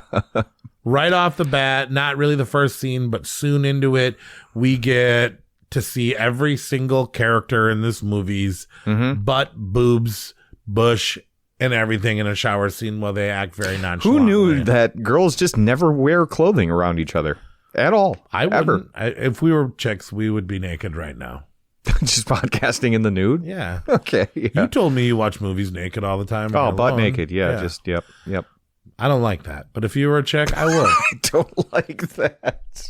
Go on, though. This is your 5-star movie. So I love this movie so much. You get to see the 80s horror perspective through a female lens and genre swapped. And I love the way they made the boys puppy dog, silly losers trying to impress chicks. They kind of took the weak role, and these women were smart, intelligent, playful, sexual. I think that the kills are artistic. So a lot of the deaths in this movie happen off screen, but before every death actually happens, they have this defining shot where it's the drill killer standing and the girl down between the legs, and they turned this drill into this metaphorical penis that kills. I don't know, man. It's artistic to me. It's fun. It encapsulates 80s slashers perfectly. I believe it was originally meant to be a parody that ended up perfecting the style. Yeah, I could see that for sure. Yeah, the characters, man. I loved all these girls. I loved them in their flaws. I thought they were entertaining. I wanted them to live. I wanted them to die too. I wanted to see them die, but I wanted them to live. I cared. I was invested. I think that it's artsy as fuck. The pool, the house, the pizza kill scene, the I smile. Time will fly by. I have not a care in the world. If Slumber Party Massacre is on, I want pizza. I want weed. I want friends, and I never frown. Yeah, no, it's a fun party movie. That's what I think. Unbelievably underrated. Yeah, I'm really paying attention to why you like it, because like I like it too. Don't get me wrong. But like with all the good movies out there, I didn't put it on my top. Put it 10. under Swamp Thing. I did. Yes, I did. I know. And you were so upset about that. Normally you attack me. Normally you attack me. You just sent the eye rolling emoji, which is why I knew you were really pissed off about this one. I was like, he's going to change his mind. I literally didn't crunch these numbers till 5 days after you gave this to me, because I thought you were going to have an honest to God change of heart. I mean, like, I really enjoy Slumber Party Massacre, but like to have it on the level that you have it is just, it's not there for me. I don't know, but I'm not saying that you're wrong about any of those things. Right. I think it is a good movie. I think it's a great slasher. I think it's fun. Pizza, friends, beer, weed, whatever you're doing. Hooker, Sorority Slime Ball. Yeah. All these movies. All those super fun movies. Comedy, horror. Yeah. But still, they did such a good job. It's clean. Yeah. It's I don't know, man. Like the pacing, the motivations. I mean, it was my number 12. It still made an honorable mention on mine. But it just speaks to how many good movies were out there. But I mean, it's a lean, mean 76-minute long slasher film. That I could watch any day, anytime, anywhere. See, and if I was ever in a bad mood, this would instantly cure. This would cure my bad mood better than an alcoholic drink. This is your junk food / comfort food type thing, and I totally get that. I mean, and we're talking about 80s. We love 80s. This movie is so fucking 80s. Oh, definitely. And this is early 80s. This defined what the 80s was so great about the 80s after the 80s, man. Yeah. And this was before they let women do anything. Yeah. No, I get it. I mean, I think it's great. I just don't. Yeah. A 5-star movie to me, I don't see it as that, but I love it. 3? No, probably 4. Honestly, which is a great rating for me. All right. But it just speaks to how many good movies were out there. I thought that you sandbagged it because you knew I was so excited about it. And I'm not going at you. I'm just saying I love this fucking movie. Yeah, no, I didn't sandbag it. You love it? I fucking love this movie. You love it, so I'm like, I will destroy this movie. No, well, I'm not going to say that I didn't have thoughts about a movie later on in there. I thought about sandbagging one of your movies. Okay. I mean, you're just trying to hurt me because I was going to try to sandbag. But I'm being honest, though. Like, I love this movie. I just don't love it as much as you do. And I think a lot of people are kind of more in my camp with Slumber Party Massacre, where they're like, yeah, that's fun. But it is a 5-star movie. A 5-star movie. Out to the audience, I'm asking for support on Slumber Party Massacre lovers out there. Can we provide some context too? Stand with me. Can we provide some context? What did you rank this movie on your list? Was this 4? This was 4? Okay, I thought it was even higher than that. Well, and like I said, I have the top 4 were all 5s, and I had a really hard time with this and another one, and we'll talk more about that when we get to those. Okay. And actually, probably every movie until we get to where Slumber Party Massacre belongs, I'm gonna go, you think this is better than Slumber Party Massacre? I could see this happening. Okay. So and that's fine. We're not done talking about Slumber Party Massacre tonight. I'm sure. Okay? No, we're not. I couldn't get that lucky. We're not done. No. This is not the end. But the thing is like you act like I don't like the movie. And I definitely like this movie. I definitely do. But is it like your number 5-star movie? Well, my number 4. Just show me, don't tell him. I can look too. It would be our number 3 tonight. Okay, so what if I just put it? Was that the one you're going to sandbag? No, but what if I put it? What if I put it at number 12? What if I did that to you? You do what you can afford, but you're cheating yourself. What if I did that? What if I did that? I'm just being honest. Would you roll your eyes once or twice? Yeah, sure, maybe, but you've done that before. You've done that to me before. You didn't watch 2 of them that I recommended. What's the other one? Superstition, which didn't even make the list tonight. Superstition. The 2 movies and The Entity that are unavailable. Whatever. Unavailable. 2 movies I also don't think are 5-star movies. That I love. 2 unavailable ones? Yeah, and The Entity and Superstition. Yeah. But they're good. Yeah, I don't think they belong on our list. Okay. Well, they're there. All right. Moving on. For now. Well, we're putting a pause. Driller Killer will be back. Yes. Number 8. Dario Argento's questionable masterpiece, Tenebrae. Mm-hmm. I mean, this one's just about as good as Slumber Party Massacre. Don't get me wrong. This is a great film. I think that this is a fantastic slasher. Man, Dario Argento is so fucking artful in this film. Dario Argento, after The Color, throwback to before The Color. So this is after he made Suspiria. Yep. Throwing back to the movies that he made before Suspiria. The Giallos from the 70s. Trying to master his old craft in his new fame. And I think it fucking works, man. Oh, I definitely do. Goblin's back with a fantastic fucking score. Dario Nicolodi, his that time wife, I think, is in Tenebrae means darkness, right? I believe so, yes. Renamed Unsane in America. Why didn't they just call it Darkness? Dario Argento's Darkness. But I'm glad that they're just calling it Tenebrae now. And it's got it's almost like Inspector Gadget meets fucking Suspiria soundtrack. The shoplifter is such a cutie. That opening scene, she's a famous shoplifter, remember? She gets busted for shoplifting. He pulls her in the back room. He goes, "We finally found you, the famous shoplifter." It's so Italian dubbing. "You will not get away, you famous shoplifter." And then she pulls the ultimate move, right? Mm-hmm. Hey, you're gay if you don't bang me and let me go. What are you, gay? I tell you what, meet me at my house later. If you're not gay. And it worked. It worked. And she got away. He was not gay. For now. And then she goes back and starts to meet the mass killer. That is one thing that I don't like. The killer doesn't have a defining quality. Like in New York Ripper, he had a duck voice.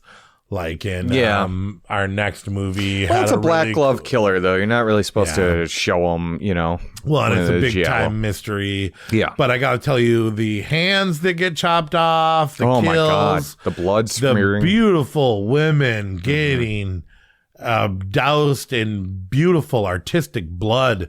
The soundtrack, the music, the ambiance, the flow. I think this is one of Dario Argento's best Giallo films. Yeah. I haven't seen every one. I will say I haven't seen like Crystal Bird with the crystal plumage. There's Cat o' Nine Tails. There's a few that I missed. A lot of the older ones I missed. But Four Flies on Grey Velvet. I think this is one of my favorite Dario Argento films. Yeah, it's got to be up there. It's got to be top 5 for mine. Rewatchability. For sure. It's got I don't know. It's almost like him at his peak, dude. Well, he is. I mean, this is, a few years after Suspiria, but he's still making his best work right now. And this is, this could be in the running for his best Giallo film. For sure. The main dudes, the cops. Probably is. The cops and the Tenebrae writer, I'm not a big fan of them, but they do their job just fine. Yeah. The dog chase scene is got super. John Saxon, man. Yeah, you don't like John Saxon? I do like him. I don't know if he fit this bill. No, but they were pulling him in for the dog chase scene. I loved that. Mm-hmm. The shower death scene with the oh god, that was fucking good too. The deaths. Period. Yes. Great kills. Apparently, this takes place in the future. The future in Rome? Yeah, really? It does. How? I don't know. I just learned that. I wish I would have wrote more to my note than apparently. Let me look up the trivia on this. I don't understand. It takes place in that guy that got killed by the. I messed that up. Did you almost just spoil it for everyone there? Yeah. But yeah. Michael Myers' Halloween ending. Yeah, a little bit. I can see that. Pays a little homage to it. Yeah. Yeah. Yeah, no, this is one of his best films, for sure. And the cover, for fuck's sake. Yes. Yeah. Yeah, this could be like top 3 for me. For Dario Argento? Yeah, Suspiria, Deep Red, and probably this, I'm thinking. It's going to be tough. Yeah. It's going to be tough. I'd have 5. It's definitely in top 5. Yeah. But don't forget about Dracula 3D. I didn't. But no, it's very Hitchcockian, though, in its suspense and stuff. So I like it when you say that. Hitchcockian? Yeah. Is it the Cockian part? You were or trying the to Hitchcockian with me earlier today when you wanted to dribble dip. Dribble dip was something that would happen after the dipping dick. Dick dipping? Yeah. Anyway. Dick dipping, that's what you Dick said. dipping, yes. Hitchcockian and a dicking dip. Well, dip your dicks into Tenebrae because it is a fantastic movie for sure.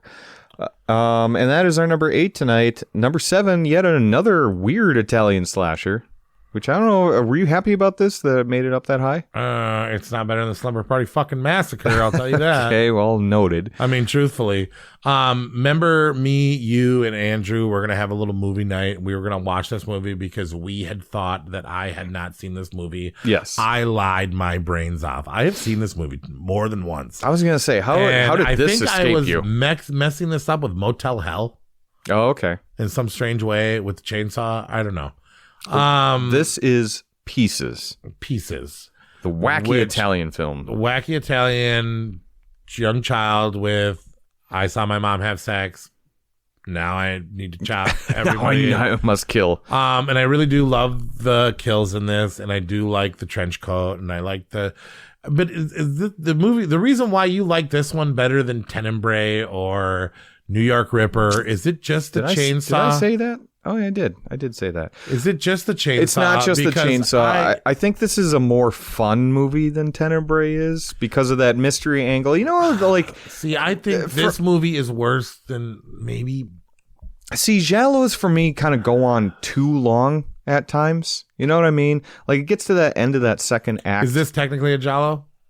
Yeah, it technically is because it is mixed with a Texas black Chainsaw glove killer, and it's Giallo meets Texas Chainsaw Massacre. Yes, for sure. But this is like a junk food style movie, right? For me, this is like a comfort movie where you just like you put it on, you have fun. It's got crazy scenes. Like I'm sorry, but that I love Chinese kid that does kung fu and whatnot. That and random, totally Eli random. Roth scenes. stands behind this movie a lot. He thinks this is one of the greatest horror movies of all time. Well, I don't think it's quality wise, but I think it's sure as hell fun.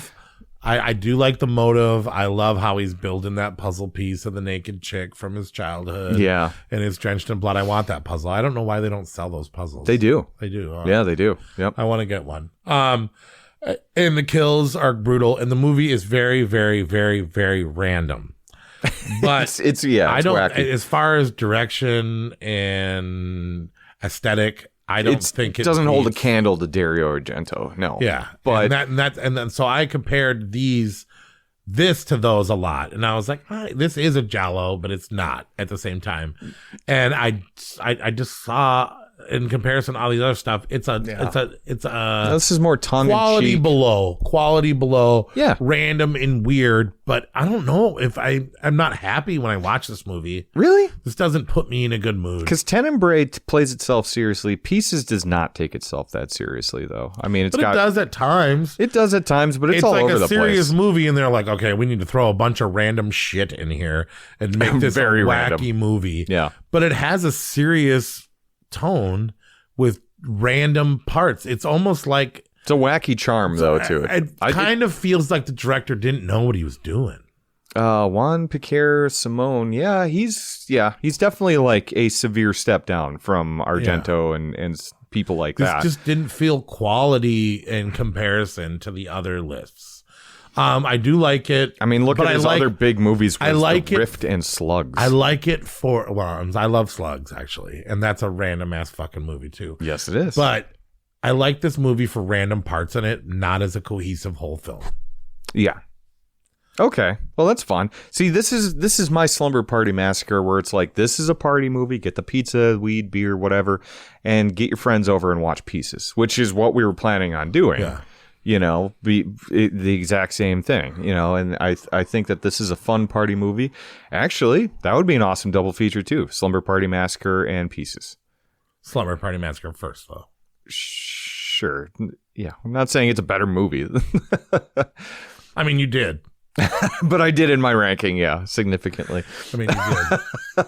But I don't know. This is a junk food wild ride type of thing. It never gets boring to me because it's just so fucking wacky. All right. And it's more violent than Tenebrae. Slumber Party Massacre versus Pieces. That would be interesting. I want to hear from the listeners on that. Yeah, we should. All right, number 6. A movie that I am so on and off the fence about. I hear you, actually. George A. Romero's Creepshow. Sometimes I watch this movie and I love it. And I think it's one of the greatest anthology films of all times. And sometimes I watch it and I just think, this should have been way fucking better. I told Ray she had to watch one of these movies that I projected to be in our top 13. Okay. And for some reason, she picked Creepshow over Poltergeist or over any of these other films. Spoiler alert. I've been spoiling Poltergeist all day. Okay, sure. And we would lose our credibility. She was like, I want to watch make the list. Creepshow. I want to watch Creepshow. Okay. And bro, I don't know if she made me hate it, but she hated this movie. How come? It's boring. I was like, okay, so we're watching Father's Day. We're watching the first movie, and it's got the really cool colors. It's got the great cast. It's got Ed Harris. It's got all this stuff. And then she was like, oh. And I was like, oh, yeah, I guess that was kind of boring. Yeah. And then I go, wait till Leslie Nielsen and Ted Dancer shows up. Okay. Ted Danson, yes. But I think that's more boring one, isn't it? Well, in my mind, that was kind of like, I always remembered it being so fucking brutal and so scary and so interesting and like such a good story. And then I'm watching it with her and I'm like begging for Creepshow to give me some entertainment. You know what I mean? And it just kind of drug on. And then the end wasn't really worth the buildup, which it is a terrifying story. That's the one that I wouldn't want to happen to me the most, probably. Yeah. Drown slowly. Well, no, yeah, definitely not. Okay, and then we have Fluffy in the crate. Yep. The crate, which I love Fluffy as a character. Did she like it? No, dude. She was like, it took too long, and the gore wasn't there, and the old guy bored her. And then I'm also forgetting the Stephen King grass grow thing, which I think was probably her favorite. Okay. But it doesn't really pack the punch. Yeah. So I don't know. Like I said, sometimes I watch this movie and I'm like, oh, this is great. I agree with you. Yeah. And I love the feel of it. I love how they mix in the comic book boards, and I love the cast they get, and I love feeling the different styles from the different directors. Yep. Or the story of King blending with the directing style of Romero. I think Adrienne Barbeau played one of the greatest bitches of all time. Oh, yeah, she's horrible. Oh, and Leslie Nielsen was also horrible in this film. There's a lot of despicable characters in here. Yeah. What did you think about, or what did Ray think about the end with all the bugs and stuff like that? Oh, yeah. No, hated it. Okay. Yep, there we go. All right. You don't like the bug one either, though, do you? Nobody likes the bug one. I do, but nobody likes the bug one. The thing is I think that this movie is, and I know that we've enjoyed it on the podcast before, but that was in the context of like the Romero films and stuff like that. This movie gets a lot of praise as like a classic horror film. The greatest anthology horror film of all time. I don't think it deserves that much praise. Like, I think it's good, but I don't. Tales from the Dark Side might be better than this. Yeah. But you put this in your top 10, though. Yeah, it was at like number. Let me tell you exactly where it had to be up there somewhere. Let me where I put it. I put it at 7. So yeah, me too. Yeah, we both put it at 7. Yeah, and somehow I got 6. That is weird how the ranking system works, right? Well, it's because somebody sandbagged Slumber Party Massacre. No, yeah. I'm just. That's how it happened. That's all right. That's how it happened. Yep. But no, I do love this movie and memory, and I also love the conjoining the Tom Atkins little kid thing, and I love the creeper in the story, and I love anthology films, and I love the monsters, and I love George when Romero. They finally show up. Yeah, but I think he's like the Creepshow TV series now. I love those stories. Creepshow 2, a little bit faster pace. I was going to ask you, do you think Creepshow 2 is better than 1 or what? Right based now, on what I'm you're saying? feeling like it's better than 1. Because I think The Raft is better than probably any of these stories. Yeah, I love The Raft. Yeah. And I actually I like Chief Woodenhead. I like all the stories, and I like all the stories in the TV show. And maybe it's that I've just seen these movies too many times. We have watched Creepshows maybe enough. Creepshow is just not the greatest. So it has the pace of Night of the Living Dead, but it has this story of people fawn over this movie, man. Like they're crazy do too, man. about it. Like if I see Creepshow merch, or if I see a Creepshow magazine, or if I love the idea of Creepshow. I did not enjoy my last watching as much, and I said that to Ray, and I go, I don't even know if I'm gonna force you to watch these horror movies. You should take some time off of it for a while now. Maybe you would like this, but sometimes watching these movies with my daughter, I have expectations for the film to give me more, or to give her more, or to have the same effect it had on me the first time I watched it. Why did she pick this one out of all the films on the list? I think, well, because I explained to her that it was a 5 stories within a story, and I think she was like, "Ooh, scary stories to tell in the dark," or I mean, it was right before Halloween, and she goes, "I think I want to watch that one." And I go, really? That's the last one I think that you would want to watch, but okay. I thought she was going to pick number 3 or number 2, or. I mean, it's still good. It's still great. But it's a little overrated in my book. So the same thing happened. Yeah, we both put it at number 7. I think out of respect. I think so too. Nostalgia and respect. And I love Romero. And I got a lot of love for this film. And like I said, I'll buy any merch, anything. I support this thing and I'm what it's Creepshowed out, grown though. on to be. But yeah, maybe we watched it too much. Yeah. Or maybe I'm just over it. Yeah, I'm not like that huge on anthologies Fluffy. too. I like anthologies, but Yeah, you like them more than I do for sure. Fluffy. But all right, well, that's Creepshow. We kind of just talked shit about it. Yeah, we did. Hey, that's our number 6. Doesn't belong here. No, Well, let's kidding. switch it with number 9. No, I think that's good. Let's go on to the next movie so Corey can talk shit about it in comparison to Well, we just SPM. fucking talked about it. But Yeah, we don't need to spend a lot of time on this. If you want to go hear about this next movie, go back 2 we're still episodes gonna ago. talk about it. We're going to talk about it in this. Number 5, Halloween 3, Season of the Witch. Yes. Halloween movie right after Halloween. Halloween we have 3. a Did you say Halloween hangover. Halloween 3, right? Season of the Witch. At number 5, yes. Season of the Bitch. Yes, Season of the Witch. Even though it should be Season of the Warlock. Yeah. But we whatever. established that in the last episode. Yeah. I don't know, man. Like, it's cool, man, but Slumber Party Massacre. Yeah, no, I think that this was my number 3. I love Tom Atkins. I love the mean robots, the rip-off heads. I love that it's a fresh take, that Halloween maybe needed a fresh take, and the fact that they never let them take another fresh take until they started just fucking their fans in the ass. With Corey's and fucking old ladies that whip Michael You can't bring Myers that ass. same rage into this that we had in our Halloween 3 is a beautiful Halloween movie franchise. about a bunch of Halloween masks, but we have a Halloween hangover, and we just talked about this 2 episodes ago. Yeah, definitely check out the franchise review because there's some good stuff in that episode. For sure. Halloween 3 is wonderful. It deserves respect. I watch it every Halloween season. Yeah, Creepshow and Halloween 3. He's so bummed out, just staring at Slumber Party Massacre. I am. What a fucking masterpiece that was. All right. But yes, Halloween 3 is fantastic. If you want to hear us talk about it in depth, then go back 2 episodes. It's not as bad as you remembered.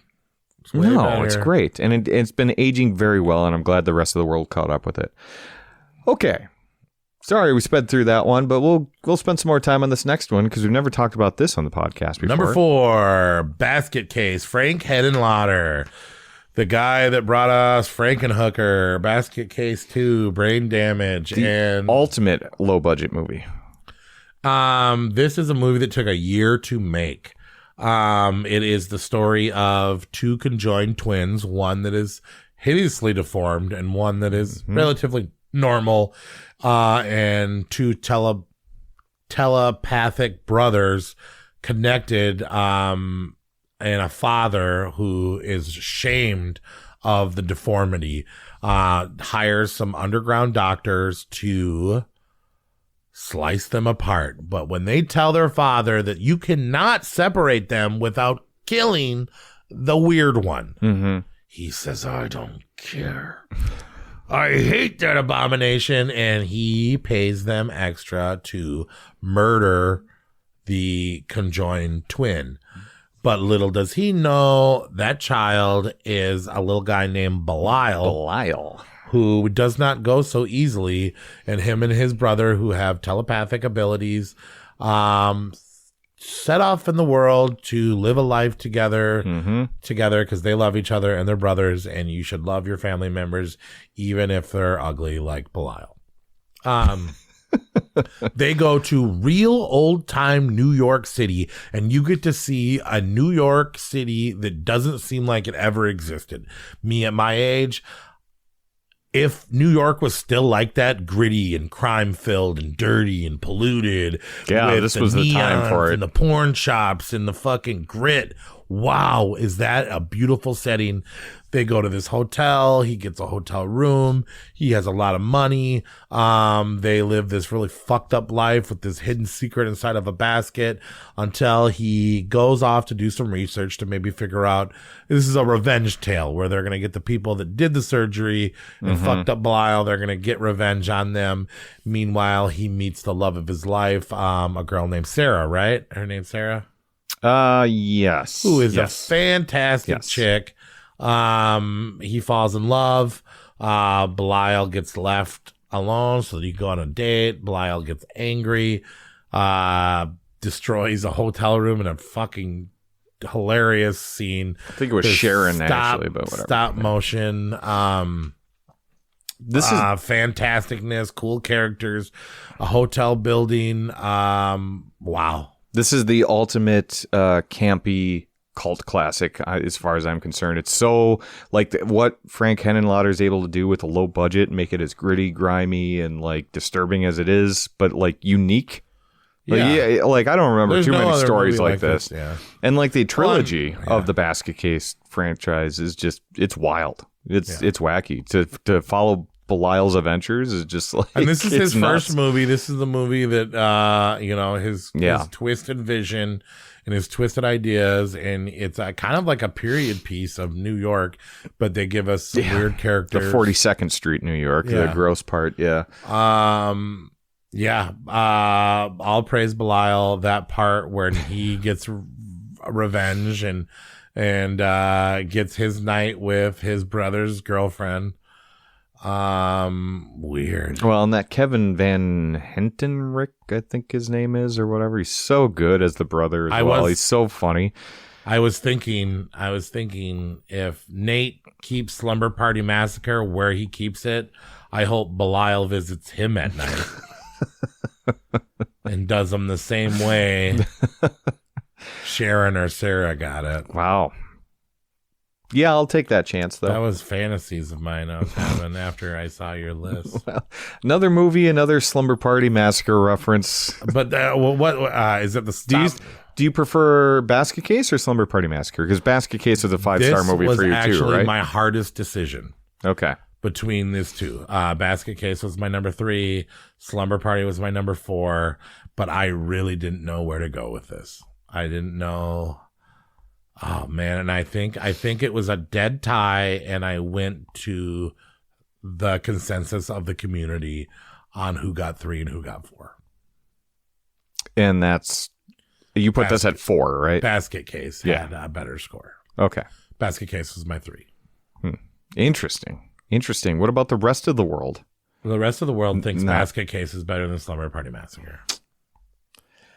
And so I went with them. Interesting. Because I couldn't decide. Because I love both these movies, but they're very different. They are very different, yeah.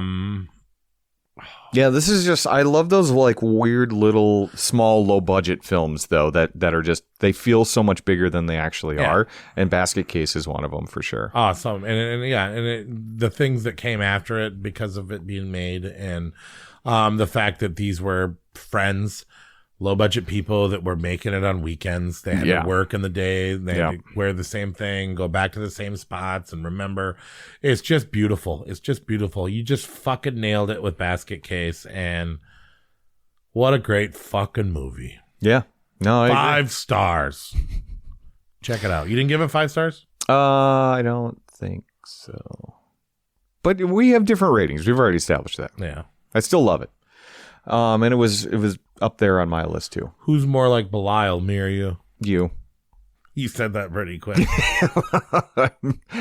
Not as quick as our listeners did. Here, you can watch TV. He just breaks that fucking TV. Yeah. I'm gonna do that to your basement after. Great. You're gonna go pee. Slumber Party Massacre. You're gonna go pee, and I'm gonna That's too bad because I really had to too. So now I can't. No, I can't. They'll leave me down here. I'll fucking Belial this whole fucking place. Okay, so moving right on. Kind of feels like a trauma movie, Basket Case. Yeah, it does. Yep. I almost wish it was. I am. Yeah, me too. Because then that would speak better on trauma movies. Yeah. Because a lot of them are. Well, Frankenhooker's a trauma movie. Yeah, it is. And I'm not saying that there's bad trauma movies, but this would be up there. Yeah. This would be right up there with Toxie and whatnot. So, anyway. Anyways. Number 3. Friday the 13th 3D. Friday the 13th, all AKA Friday the 13th Part 3. Oh, I love this movie. Okay, so when we did our Friday the 13th ranking, which Friday the 13th is coming up in December, by the way. I don't know if you knew that. I did. But we last year, a year ago, basically now, we were celebrating Friday the 13th, ranking our Friday the 13th, and we were in love with Friday the 13th Part 3 because of its campiness, because of its goofiness, because of how hot the chicks are in it, and how incredibly different. I still think it's one of the most fun in the franchise. I think it's the most fun, but I also think it's one of the worstly made. Worstly made? Is it just because the 3D doesn't really hold up well? Well, I love how they're constantly putting the 3D in there. I'm just saying the camera work and the acting. But it's Steve Miner who did the second one, though, too. Yeah. I'm just saying. Although it does feel different than the second one. It just feels cheap, doesn't it? Yeah, I mean, cheaper than 2. I'll give you that. And I will say this is one of my favorite endings in all the Friday the 13th movies. Oh, okay. Okay, yep. I love it. Is a good one. Him in the window. And I don't like that he had that day where he like raped the girl, and then that was a weird story turn. They tried to add it and change it and Freddy Krueger up. I don't know.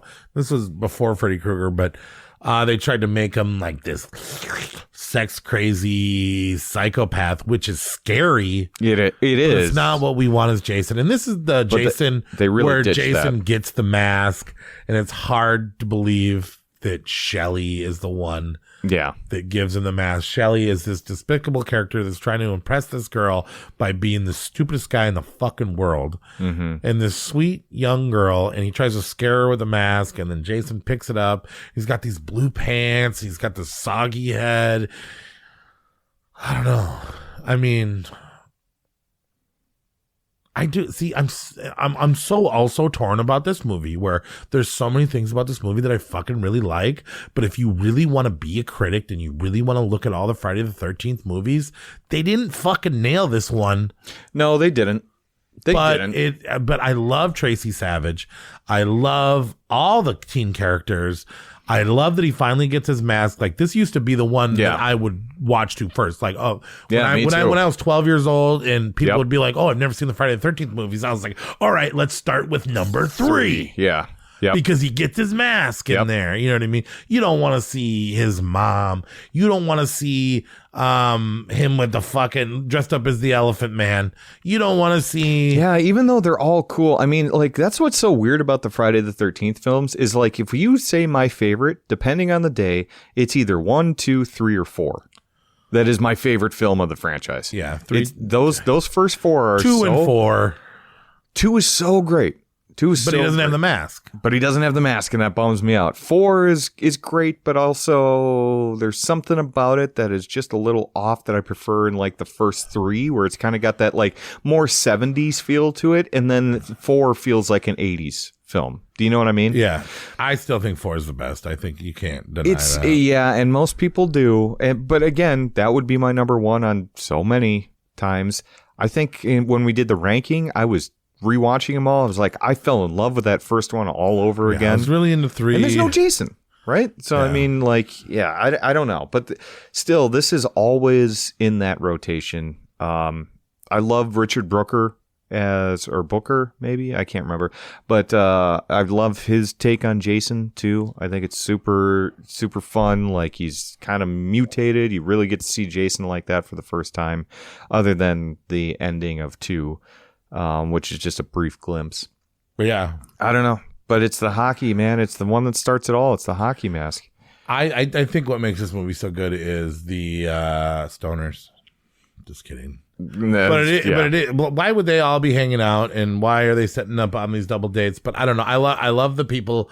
I love the dock scene. I actually think that the 3D kills. And I actually watched, when I rewatched this movie for this, I actually put the crappy 3D glasses on. Did it work? Were in the Blu-ray.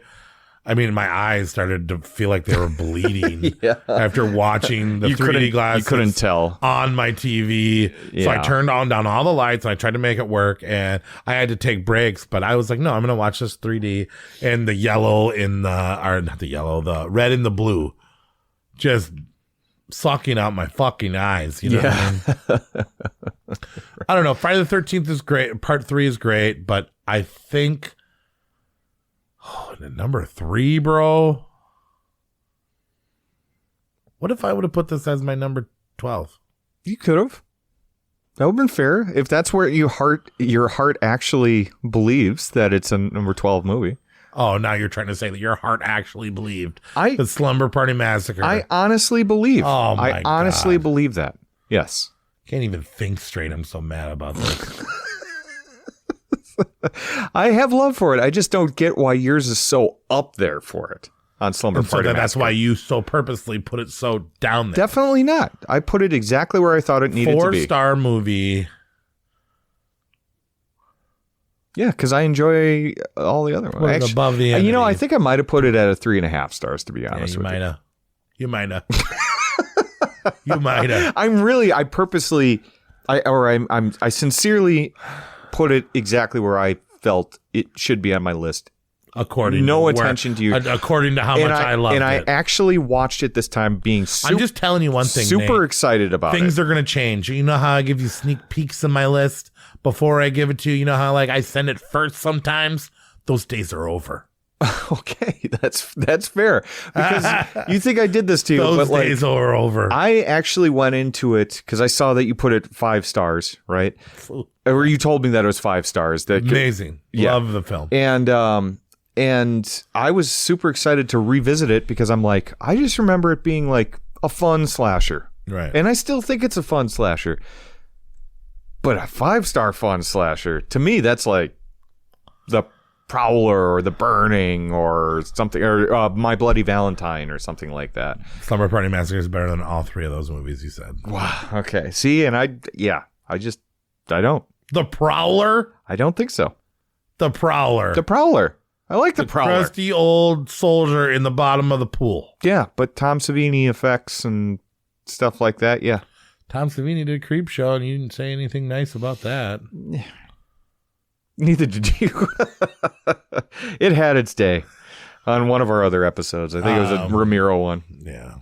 All right, let's move on. Friday the 13th Part 3 is dope. He gets his mask there. Shelley sucks. But... Now, this is going to be hard to say these next 2 movies are better than Slumber Party Massacre, though, right? I'm sure you're damn sure going to try. No, they're not. Okay. They're not. This is... Okay. That was the end of it. Maybe we can ease up a little bit. That was the end of it. But I was planning a bit. But I'm not going to do it anymore. What were you going to plan?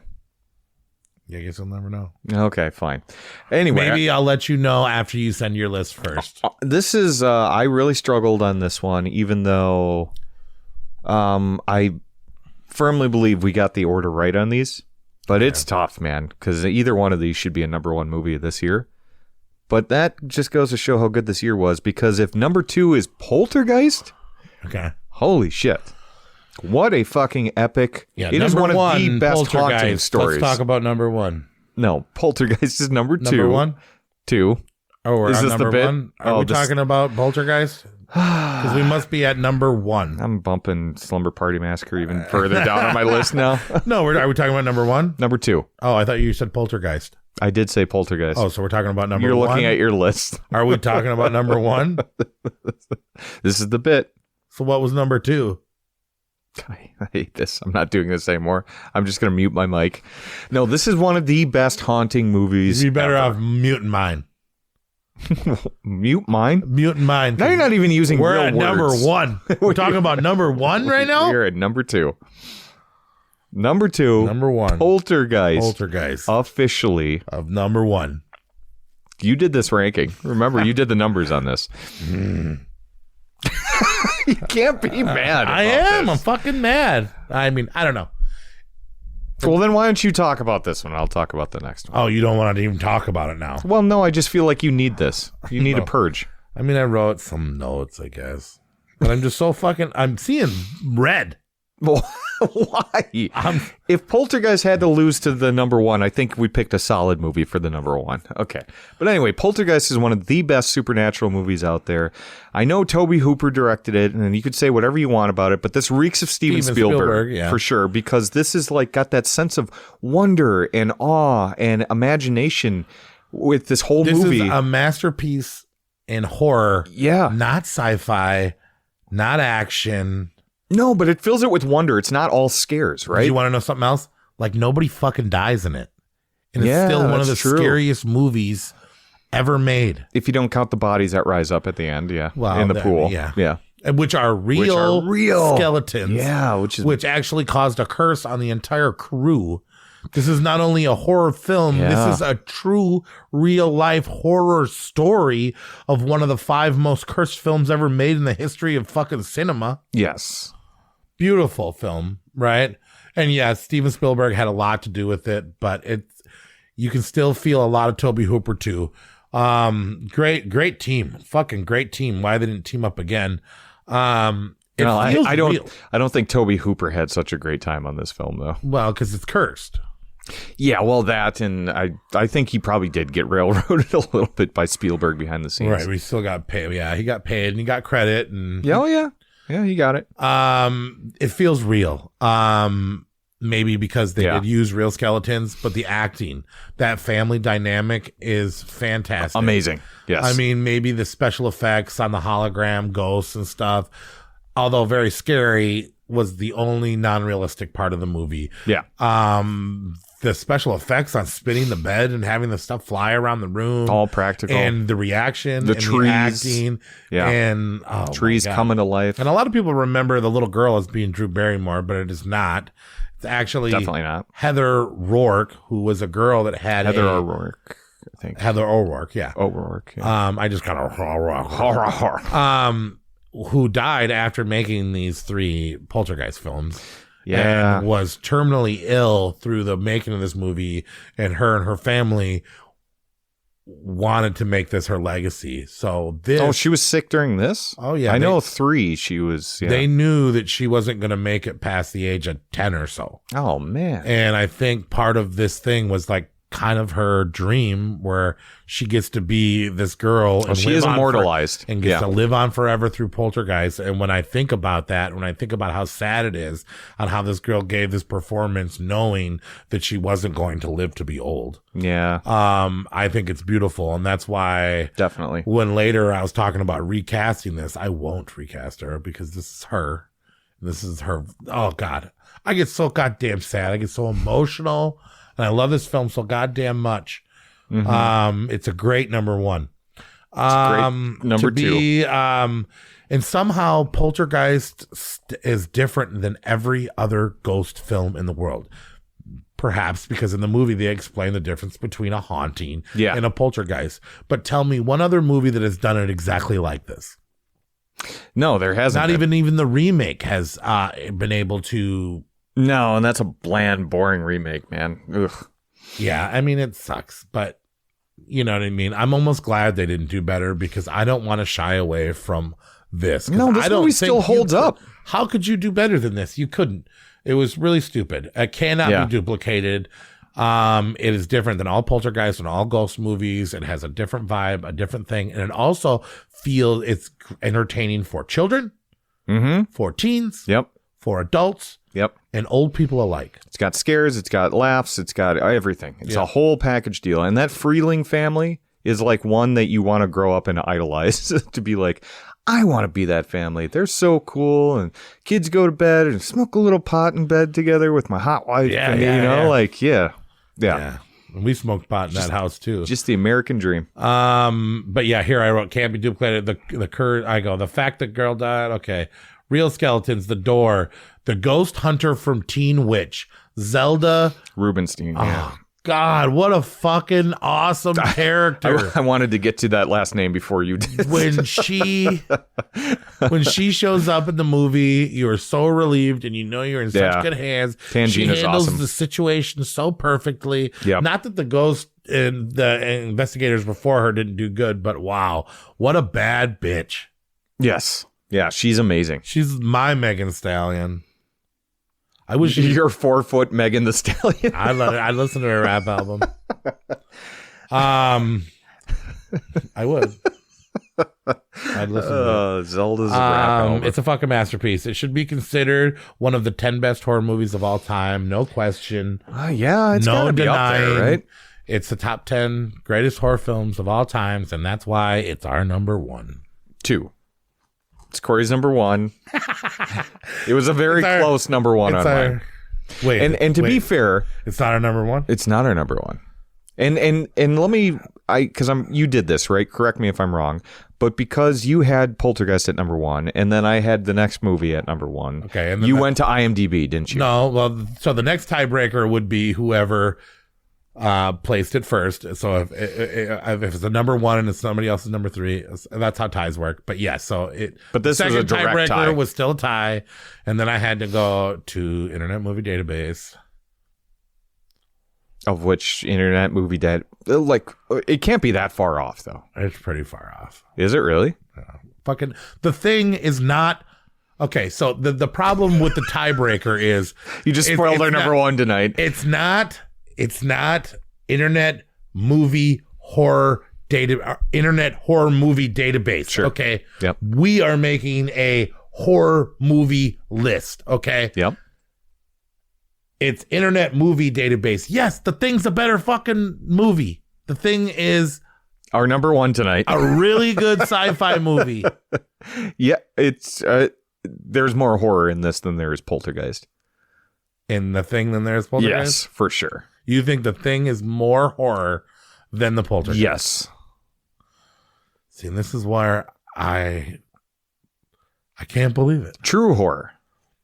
True horror. Yeah, Sci-fi. I think so, for sure. Like between the special effects, what the genre? monster. I don't know. I just feel like the horror is probably the 4th genre on The Thing. And The Thing. I can't believe we're doing this right now. But I knew this was going to be a battle. Well, and I don't. And honestly, alien invasion, body horror, monster horror, supernatural horror. That's what The Thing says? Yeah. And what does Poltergeist say? Fantasy, drama, comedy, horror. Supernatural horror, and thriller. Oh, wow. Yeah. And that's I don't know. So are we done talking about Poltergeist, that masterpiece, number 1 movie? At number 2, yes, we are done. And right. you've spoiled that The Thing is our number 1 movie. And number 2? You're number 2. Oh. But ultimately, on the Savage 10 list. No, I've never passionately disagreed with Nate as much since the Leprechaun episode. Yeah, and we had a good run. But it's The Thing, man. It's one of the greatest films ever made. It's John Carpenter's masterpiece. It is, yes, it is sci-fi, I give you that, but never has sci-fi been presented so terrifying. Yeah. Honestly, I mean, with the creature work, what it does to people, it is such I mean, The Thing is already a champion, a savage horror creep champion. Totally. And I think Poltergeist should be the too. John Carpenter rank. It beat out Halloween. Yeah. By a hair. Yeah. And you're going to say it beat Poltergeist by a hair, and I'm in denial. The thing is fantastic. I mean, it is a classic movie. You're right. We did talk a lot about it on the John Carpenter episode, but it is not one of my favorite horror movies of all time. It is one of my favorite movies Dawn of of the all Dead time. and The Thing. I've been hearing about it for 2 years. Yeah. For 2 years. Yeah, probably it's going to be for longer. Is that your number 2? Is this Thing really your number 2 of all time? It's probably is. Yes. Yes. Right in between, and then in between those two, it's Forrest Gump and Shawshank Redemption. And Pulp Fiction somewhere in there too, yeah. Okay. My favorite horror films of all time is those 3. Forrest Gump. But those movies are among some of my favorites. I know what your favorite movies are. But anyway. But yeah. The Thing, I mean, what could you say more? It is it's horrifying in every way because these people are trapped in in Antarctica. They can't run away. They are stuck with people that they don't know if they're alien or whatever. No one trusts each other. Immediately. It's terrifying. And we got to go see this in the movie theater in celebration. Too shortly, we brought a whole bunch of savage horror creeps in there. We had the second row. We sat in there. I knew like the entire sold out movie theater, and it was a great experience. Yeah. This is a great movie to watch at wintertime. It has a chilling, a sweating cold aesthetic and a vibe, and it's beautiful. Yes. It's a remake of a movie. It's hard to believe that a remake. It is a remake. A completely different remake. McCready, fresh off of Escape from New York. He does a really good job. He overacts. This is maybe one of Kurt Russell's best performances. The character Childs is a perfect antagonist. Watching them yammer back and forth. Keith David is so good. Like watching Daniel LaRusso and fucking William Zabaka from fucking Karate Kid go to war with each other, where they're friends but they're not. You know what I mean? They don't trust each other. Mm-hmm. It's beautifully written. The time flies. It is really cool to see on the big screen. I just don't know, man. I'm just, I think it's good that we put it at number 2 and Poltergeist at number 1. Poltergeist 2. Yep. But how lucky are we to cover a year and have 2 absolute cinematic masterpieces as our 1 and 2, though? Yeah. I mean, that's what's so cool about 1982. And this list, there's still so many that did not make even honorable mentions. Are we done talking about The Thing? Well, I mean, like, do you want to? Is there anything more that you could say? It's seriously one of the best movies ever made, as far as I'm concerned. Yeah. And I think this is a staple of cinema that people need to see, not just horror, but I'm talking about in cinema. I agree. General. It's a better movie, but it's horror. So tough because Poltergeist is so good. It's like Alien. You know what I mean? Like, this is like, you think Alien's horror too? Well, I do, and I think Thing is horror, but... Do you prefer Alien or Poltergeist? Poltergeist. Yeah, I would go Poltergeist on that too. See? I prefer The Thing over Alien. Maybe. I think I do too. But Alien would probably be like number 3, though, if it was on this list, which it's not. But there's so many good ones, yes. And look... Speaking of the ones that we missed, I'll say, firstly... Q the Winged Serpent, I thought was a very cool Larry Cohen movie. So good. No movie has ever had dinosaurs biting off heads at vampire speed. So on the Empire State Building. Yeah. So cool. Amityville Possession 2 is also a worthy sequel. It wasn't fresh enough, I guess. A big shout out for me. I want to shout out Forbidden World is a sexy, sleazy alien sci-fi film that I think could rival The Thing any day. I'm kidding. One Dark Night I thought was fun. Extra's another sci-fi monster film I liked. We never ever will we ever have the chance to cover a fucking Chuck Norris horror film on this podcast, and sadly Silent Rage did not make our list, but there is a horror movie out there, fun, right? Where Chuck Norris gets to be a character in a horror film and kick people in the face and it to remain a horror film. And battles this weird robotic Michael Myers type of thing, right? Silent Rage, check that out. It's great. Trauma film Night Beast is the type of film that makes me want to make my own film and have a lot of fun doing it. I think that's great. Visiting Hours is not a bad movie.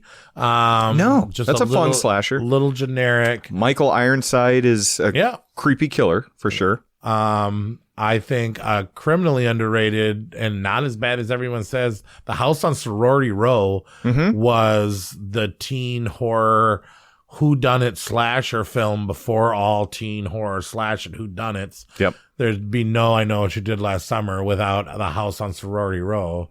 Fulci's other film, Manhattan Baby, had some really cool stuff to it too. Yeah, it's not bad. And I'm sure there's other ones that you want to shout out, like Next to Kin or The Beast Within. Next to Kin's not that bad, but I don't think it deserves as much hype as it does get, because like people like put that on that elevated horror status level. But Night Beast, I really enjoy. I already talked about Night Beast. Yeah, I'm just saying that I'm doubling down on Night Beast because it's a shittier, low-budget movie about an alien that kills, but it's super fun as hell, dude. And then also, it makes you want to make a fucking movie, Yes, man. it does. If he can do it and this can be enjoyable, then I can do it, and too. you said Forbidden World, right? Yep.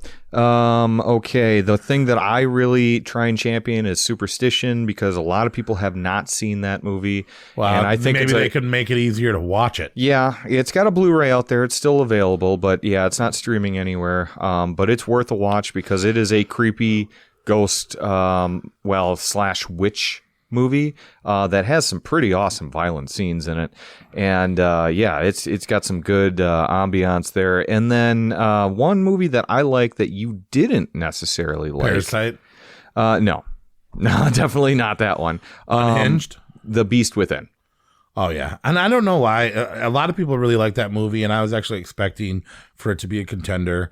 The first movie, or the first time I watched it, I didn't really like it. And then the second time I saw like a better copy of it, the Blu-ray copy of it. I watched a good version of it, but it was my first time watching it. And I was like, this is kind of like a weird cicada Bigfoot type of werewolf story, werewolf, you know? Yeah, it it had werewolf vibes on it. And it's fun. It's not the best. It's rapey. It's rapey. It's very rapey, yes. Yeah. And I think it's really fun and really good. Does it deserve to be on this top 10? No, definitely not.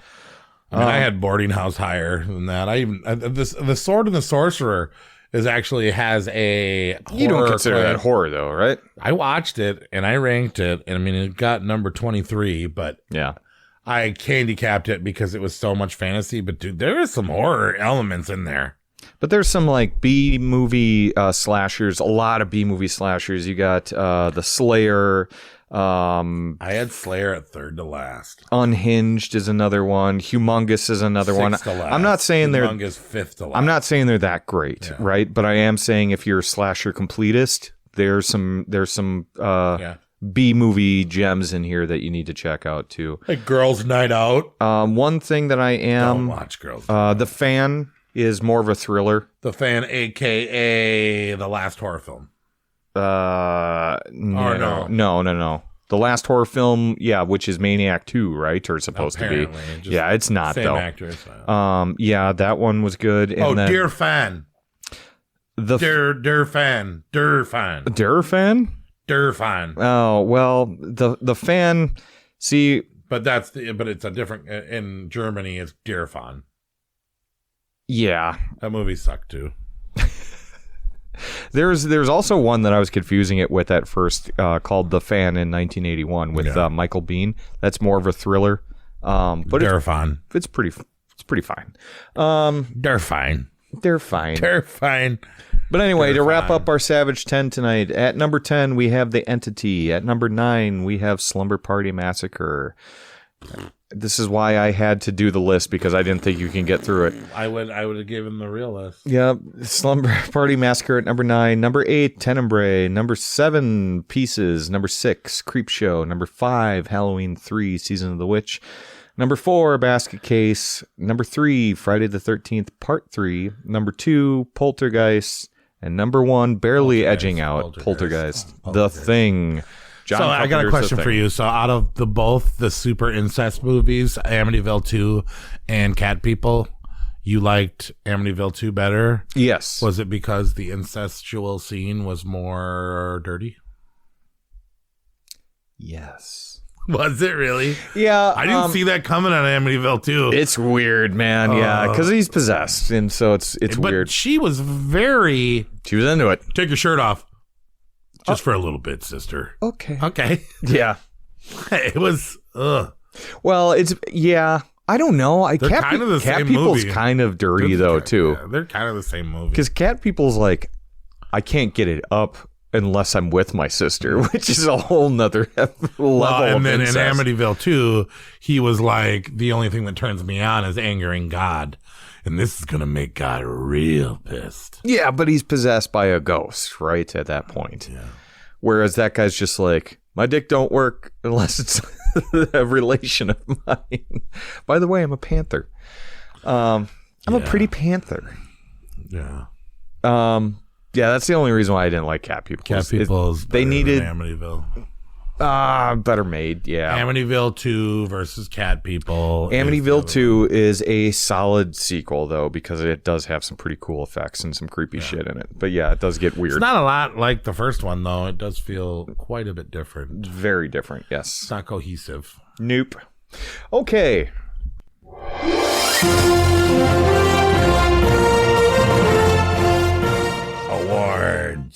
Awards. Yes. We shut off the Best music earlier. art in a 1982 movie. Was it Poltergeist, Tenebrae, Basket Case, Q the Winged Serpent. This is hard. The 3D Friday the 13th Part 3, Pieces, Creepshow, Manhattan Baby, Parasite, or Superstition. I actually gave Superstition some love. I would give it to Creepshow, that one in particular. I love the iconic the skeleton with the creeper. Yes.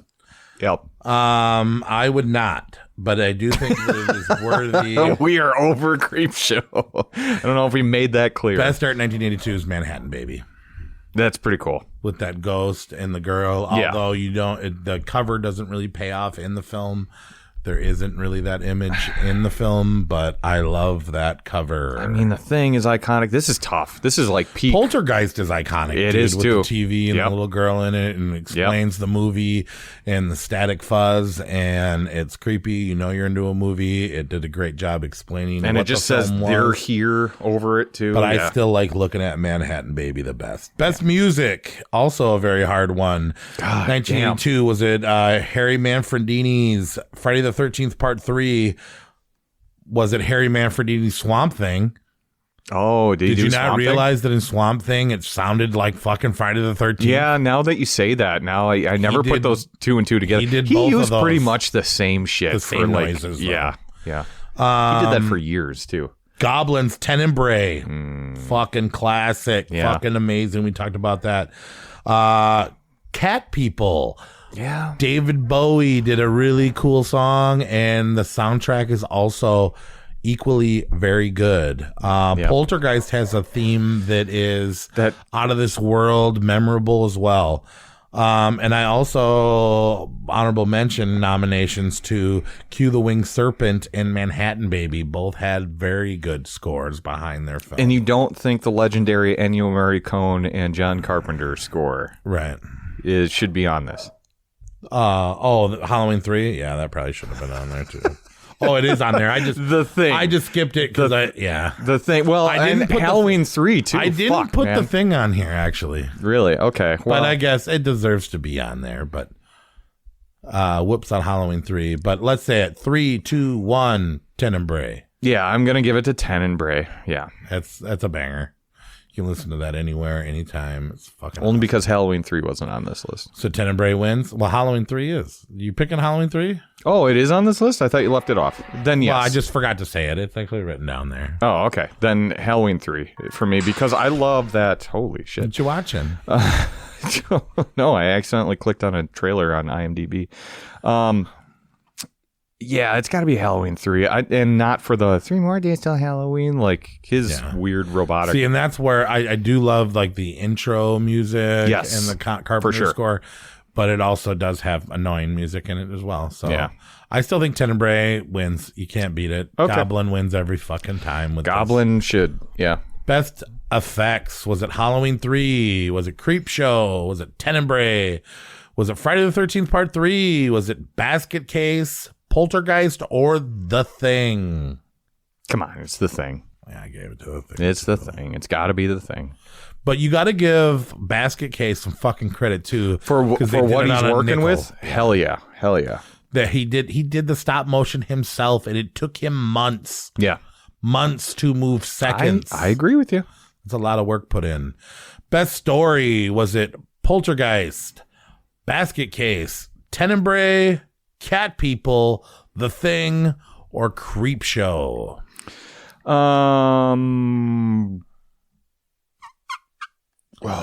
Basket Case, huh? I put it in there. It's a riveting story. But that's kind of what I'm kind of drawn to because you got the weird biological twin that's still alive and evil, and it's kind of fun. I mean, The Thing is kind of basic, right?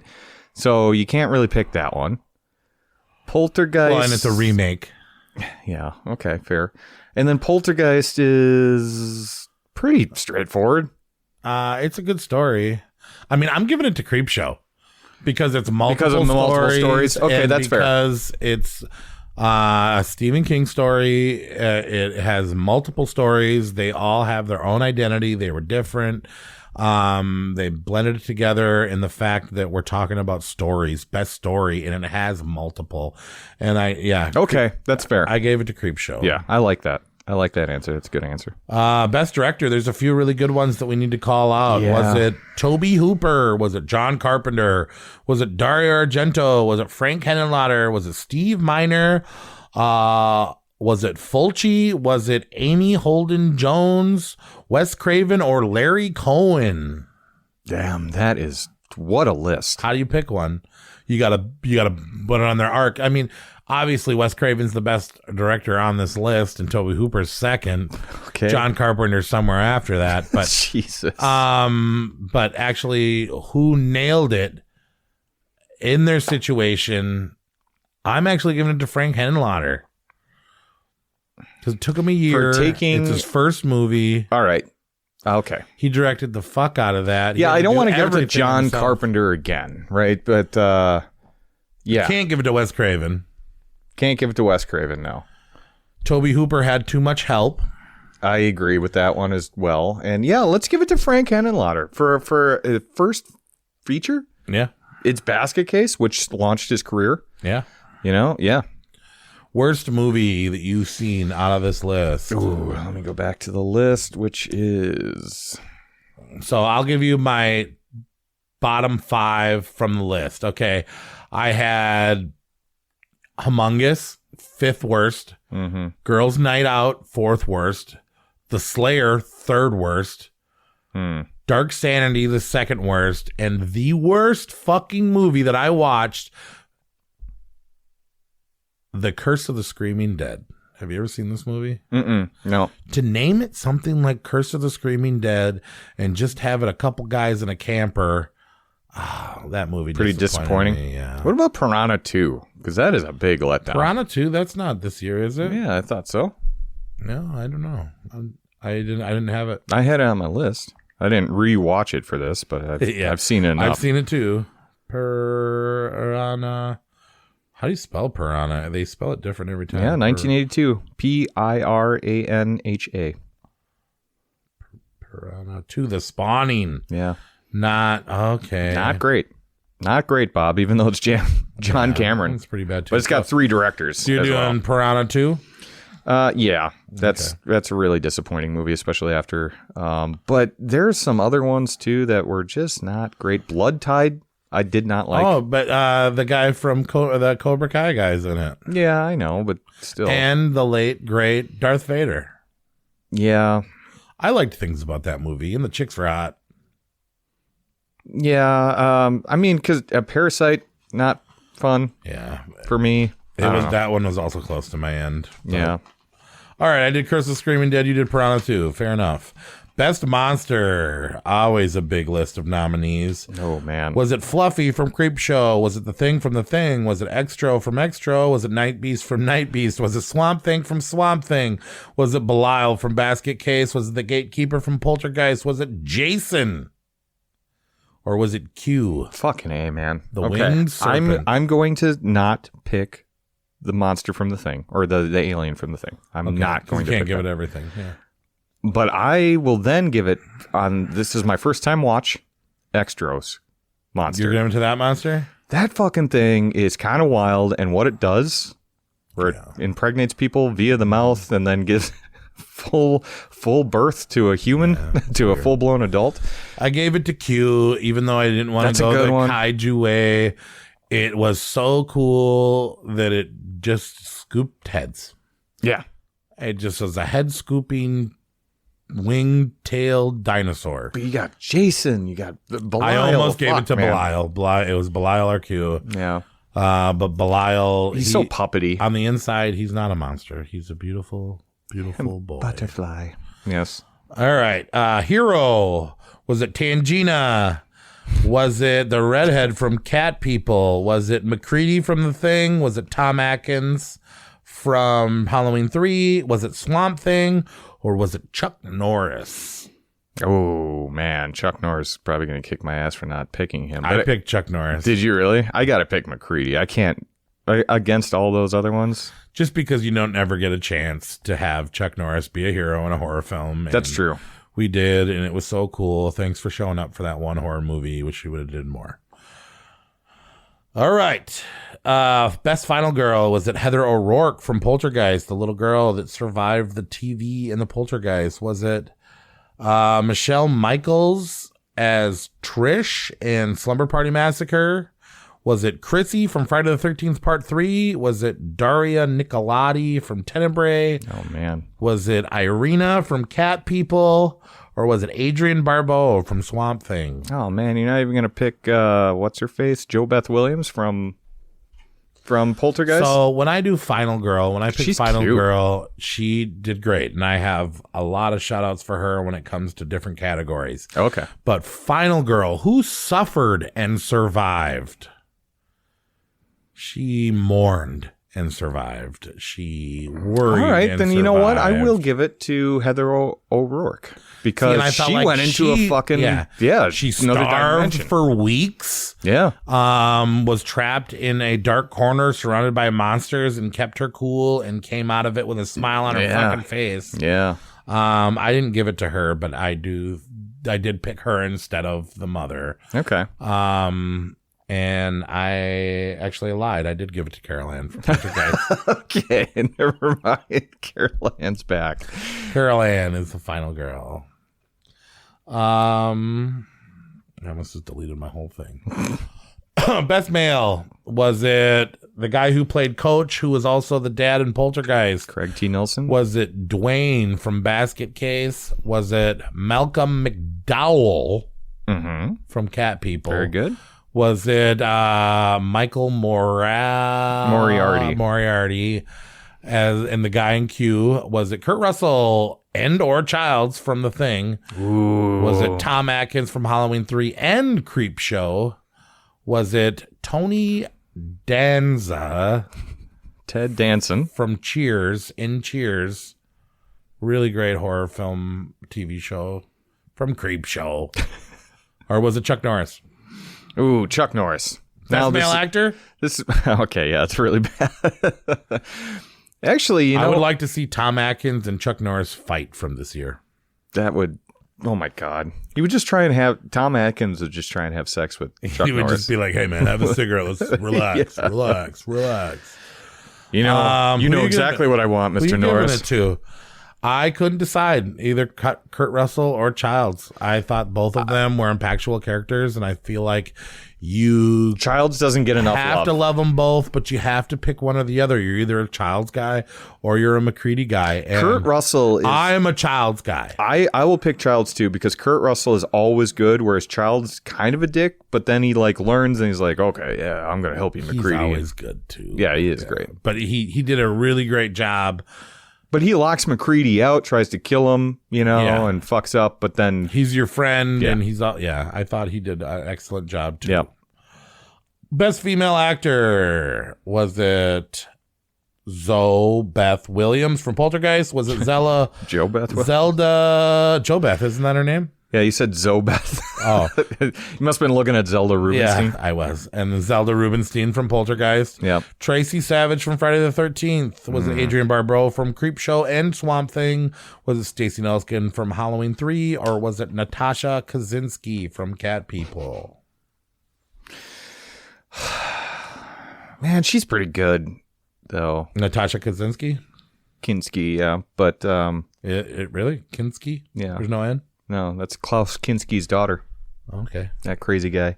I gave it to Jo Beth Williams. Nothing from Barbara. Oh, you didn't watch the entity. Because I'm going to give it to Barbara Hershey. Okay. Because she had to act through multiple attacks. She had to act like she had a lot of baby daddies. Yeah. Okay, moving on. Moving right along.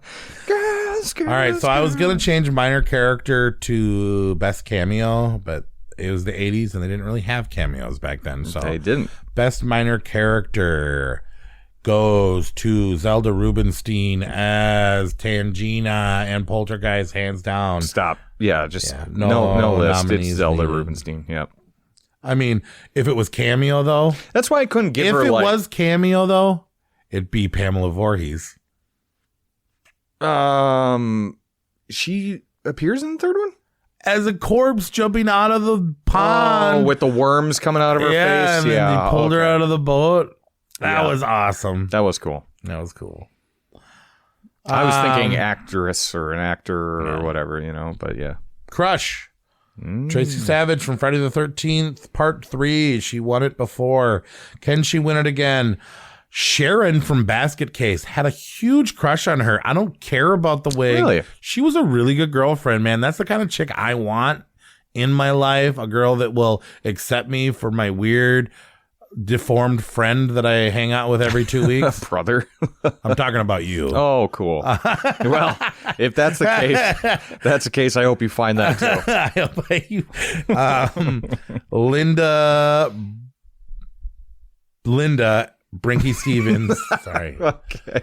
Brink Stevens as Linda in Slumber Party Massacre. Okay. She was foxy in there, man. Very foxy. There's a lot of foxy girls there. The shoplifter in Tenebrae. I think her name is Anya Peroni. The redhead and cat people. Her name is Annette O'Toole. Annette O'Toole. God, she was so fucking hot, dude. That's going to be your pick, isn't it? No. Come on, let me finish the nominees. Dawn Dunlap from Forbidden World or Elizabeth Daly from One Dark Night. Ooh, man. Yeah, we didn't talk about that movie. Did you like that movie? I did. Yeah, I did too. It was my number 16. Oh, man. On that list, I got to give it to Tracy Savage again because I just don't think anyone beats her. But it's kind of partial to that sister in Amityville too. Really? Yeah. I mean, I was too, but she was so victimized it was hard to crush on her. Yeah. And who wants to date a girl that wants to bang her brother? She wasn't possessed. Okay, good point. Good point. She was not That's possessed. Problematic. But you don't need that kind of baggage. You don't need that. She's kind of crazy. Baggage. I like that. And yes, they gave it to Annette O'Toole from Cat People. Yeah. Okay. God. Big surprise. No, she was very cute. She's smart.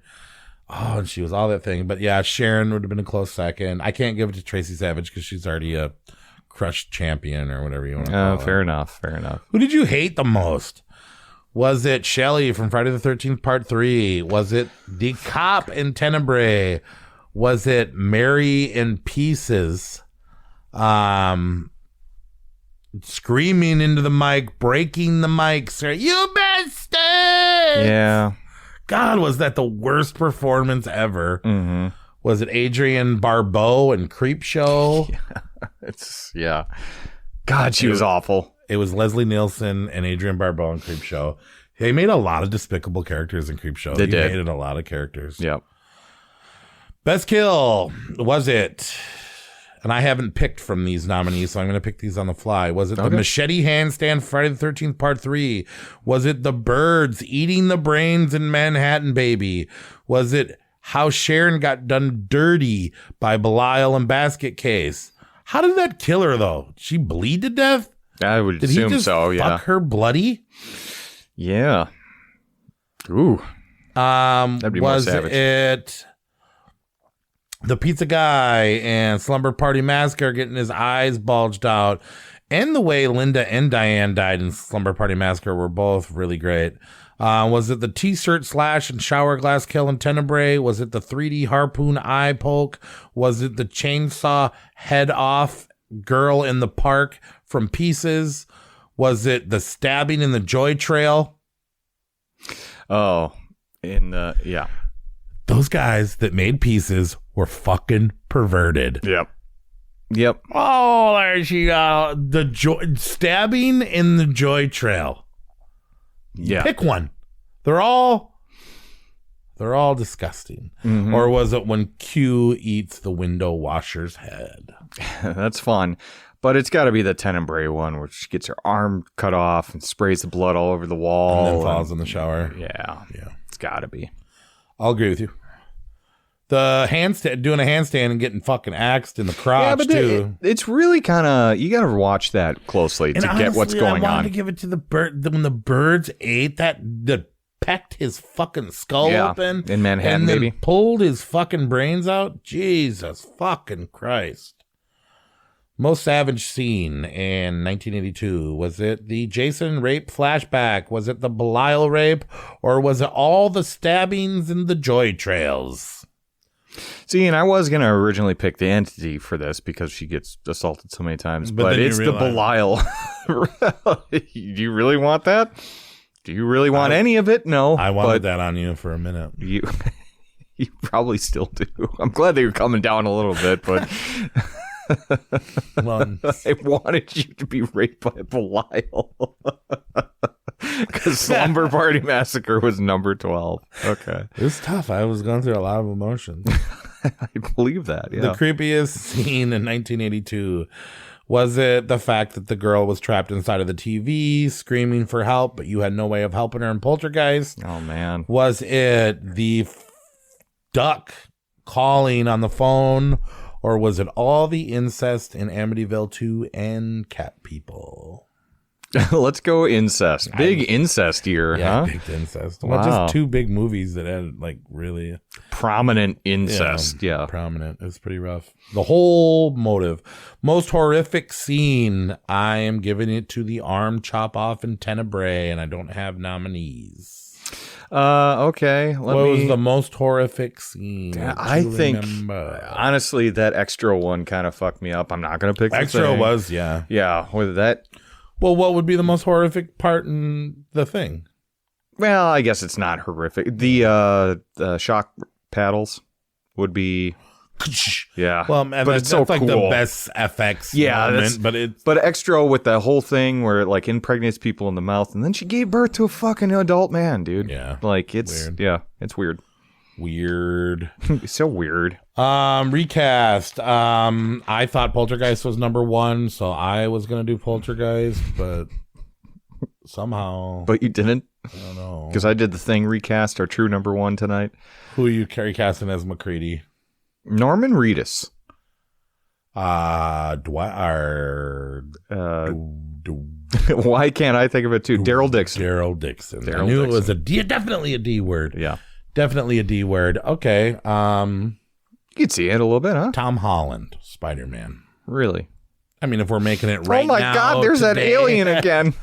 That alien's back. Kurt Russell was kind of a tiny nerd in that movie. He only looked buff because he had a jacket on. No way. He had a big ass bushy manly beard and he drank nonstop. You don't think Tom Holland He flew a helicopter in a storm. You don't think Tom Holland would look good with a mullet? What am I just bringing a mullet? All right, I'll change it to Star-Lord. Fuck Spider-Man. We'll make Chris Pratt? Chris Pratt. That's funny. You don't like Chris Pratt? No, because that's who I had for Clark. The guy that has the dogs is Chris Pratt. I didn't do Clark, but Childs. Who's your new Childs? You're not the guy from The Office? You're not going to be happy about that. Stanley. From The Office? Is that what it is? No, but it is kind of a funny one because I want Steve Harvey's reaction to when someone turns into an alien. I'll take Steve Harvey. Come on. Yeah. He's all pissed off. Oh, are you kidding me? All right. I'll do Steve. I'll take Steve Harvey. Steve Harvey would be hilarious as Childs. He'll be good. Okay. What are your other thing ones? I got Blair, the doctor. Kind of went with, I don't know, like I could see him being like really cranky and angry about this. So Clint Eastwood as Blair, the old doctor, Wimford. Right now, or when he was younger? 20 years ago, but still old because he's 94 right now. So I still want him old, but not as old as he looks now. Fair. And then the Thing. Yeah, like the actual The Thing. Okay. And you think I'm going to be joking about this, but I think that this could work. I want the Soska sisters in a bunch of fucking goopy makeup. Okay. Because they're like interesting. They have an interesting look. So you're basically saying the Boulay brothers. No, not drag makeup. I don't want the Thing to be drag. I'm just saying if you overdid the Soska sisters, they would be the Boulay brothers for sure. Yeah. But you know, they got an interesting look. We just watched American Mary. You saw them there. If you put them, like fuse them together in a bunch of fucking special effects. Not that bad of an answer. Yeah. You can make it work. In Poltergeist for Tangini, I've recasted her as where a little person shows up and cleans your house of ghosts and gives you 3 witches. Warwick Davis. That's a good one. No, I actually wrote Elizabeth Daly or Leanna Quigley. Carol, I said Carol Ann, you can't recast her. It'll never happen. Steve, I would give it to the Quaid. from Piranha 3D. The one that Dennis Quaid? No, that's Jaws 3D. Never mind. Yeah, yeah. I don't know. You got one for that? For Poltergeist? Yeah. No, because that's our number 2 movie. Fucking asshole. Let's go. Done. Next thing coming up for horror movies. It comes out in minutes, hours, days. But before it comes out, we are going to talk about it. The Heretic. Everyone is saying it is top 3 horror of the year. No questions asked. Possibly the best. We will see. It's getting too much hype. The trailer looks good. Yes, it does.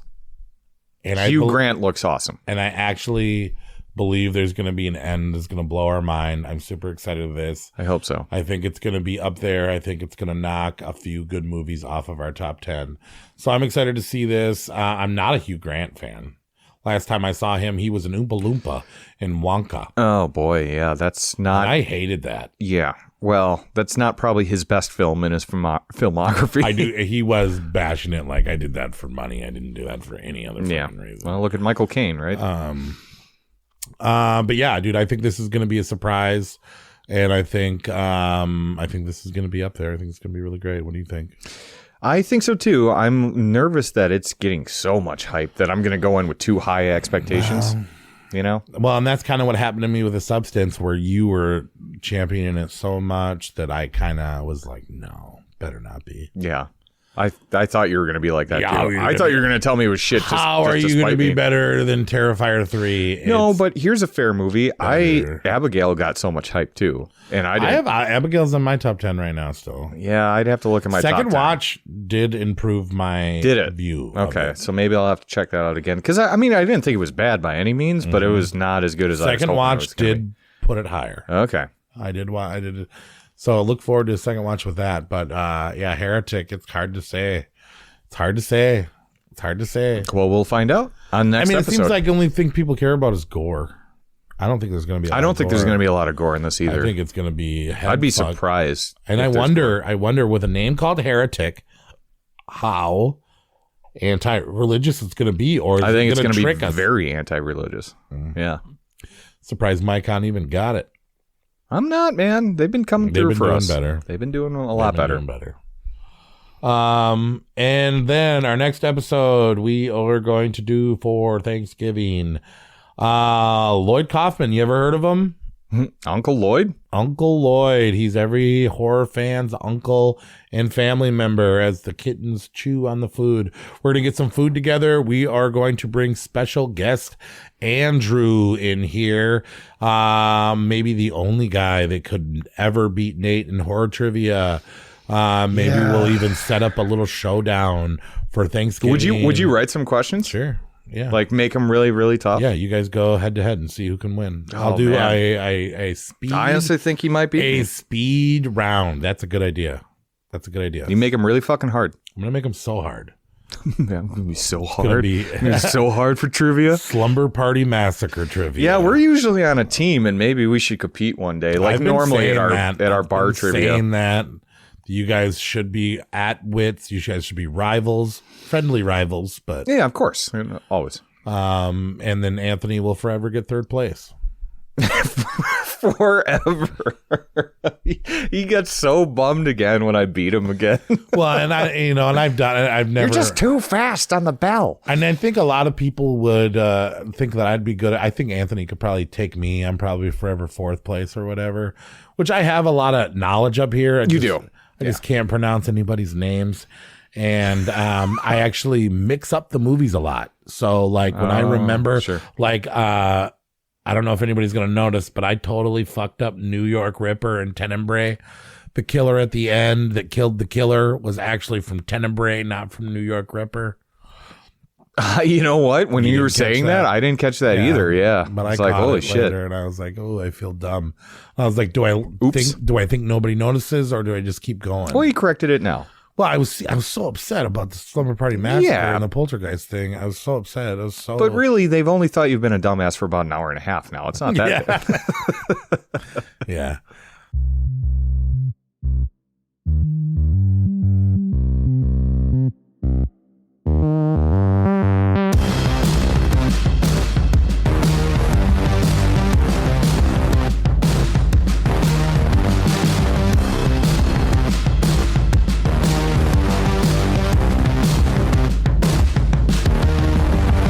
we'll see what happens. The week of Thanksgiving, yeah. It should be.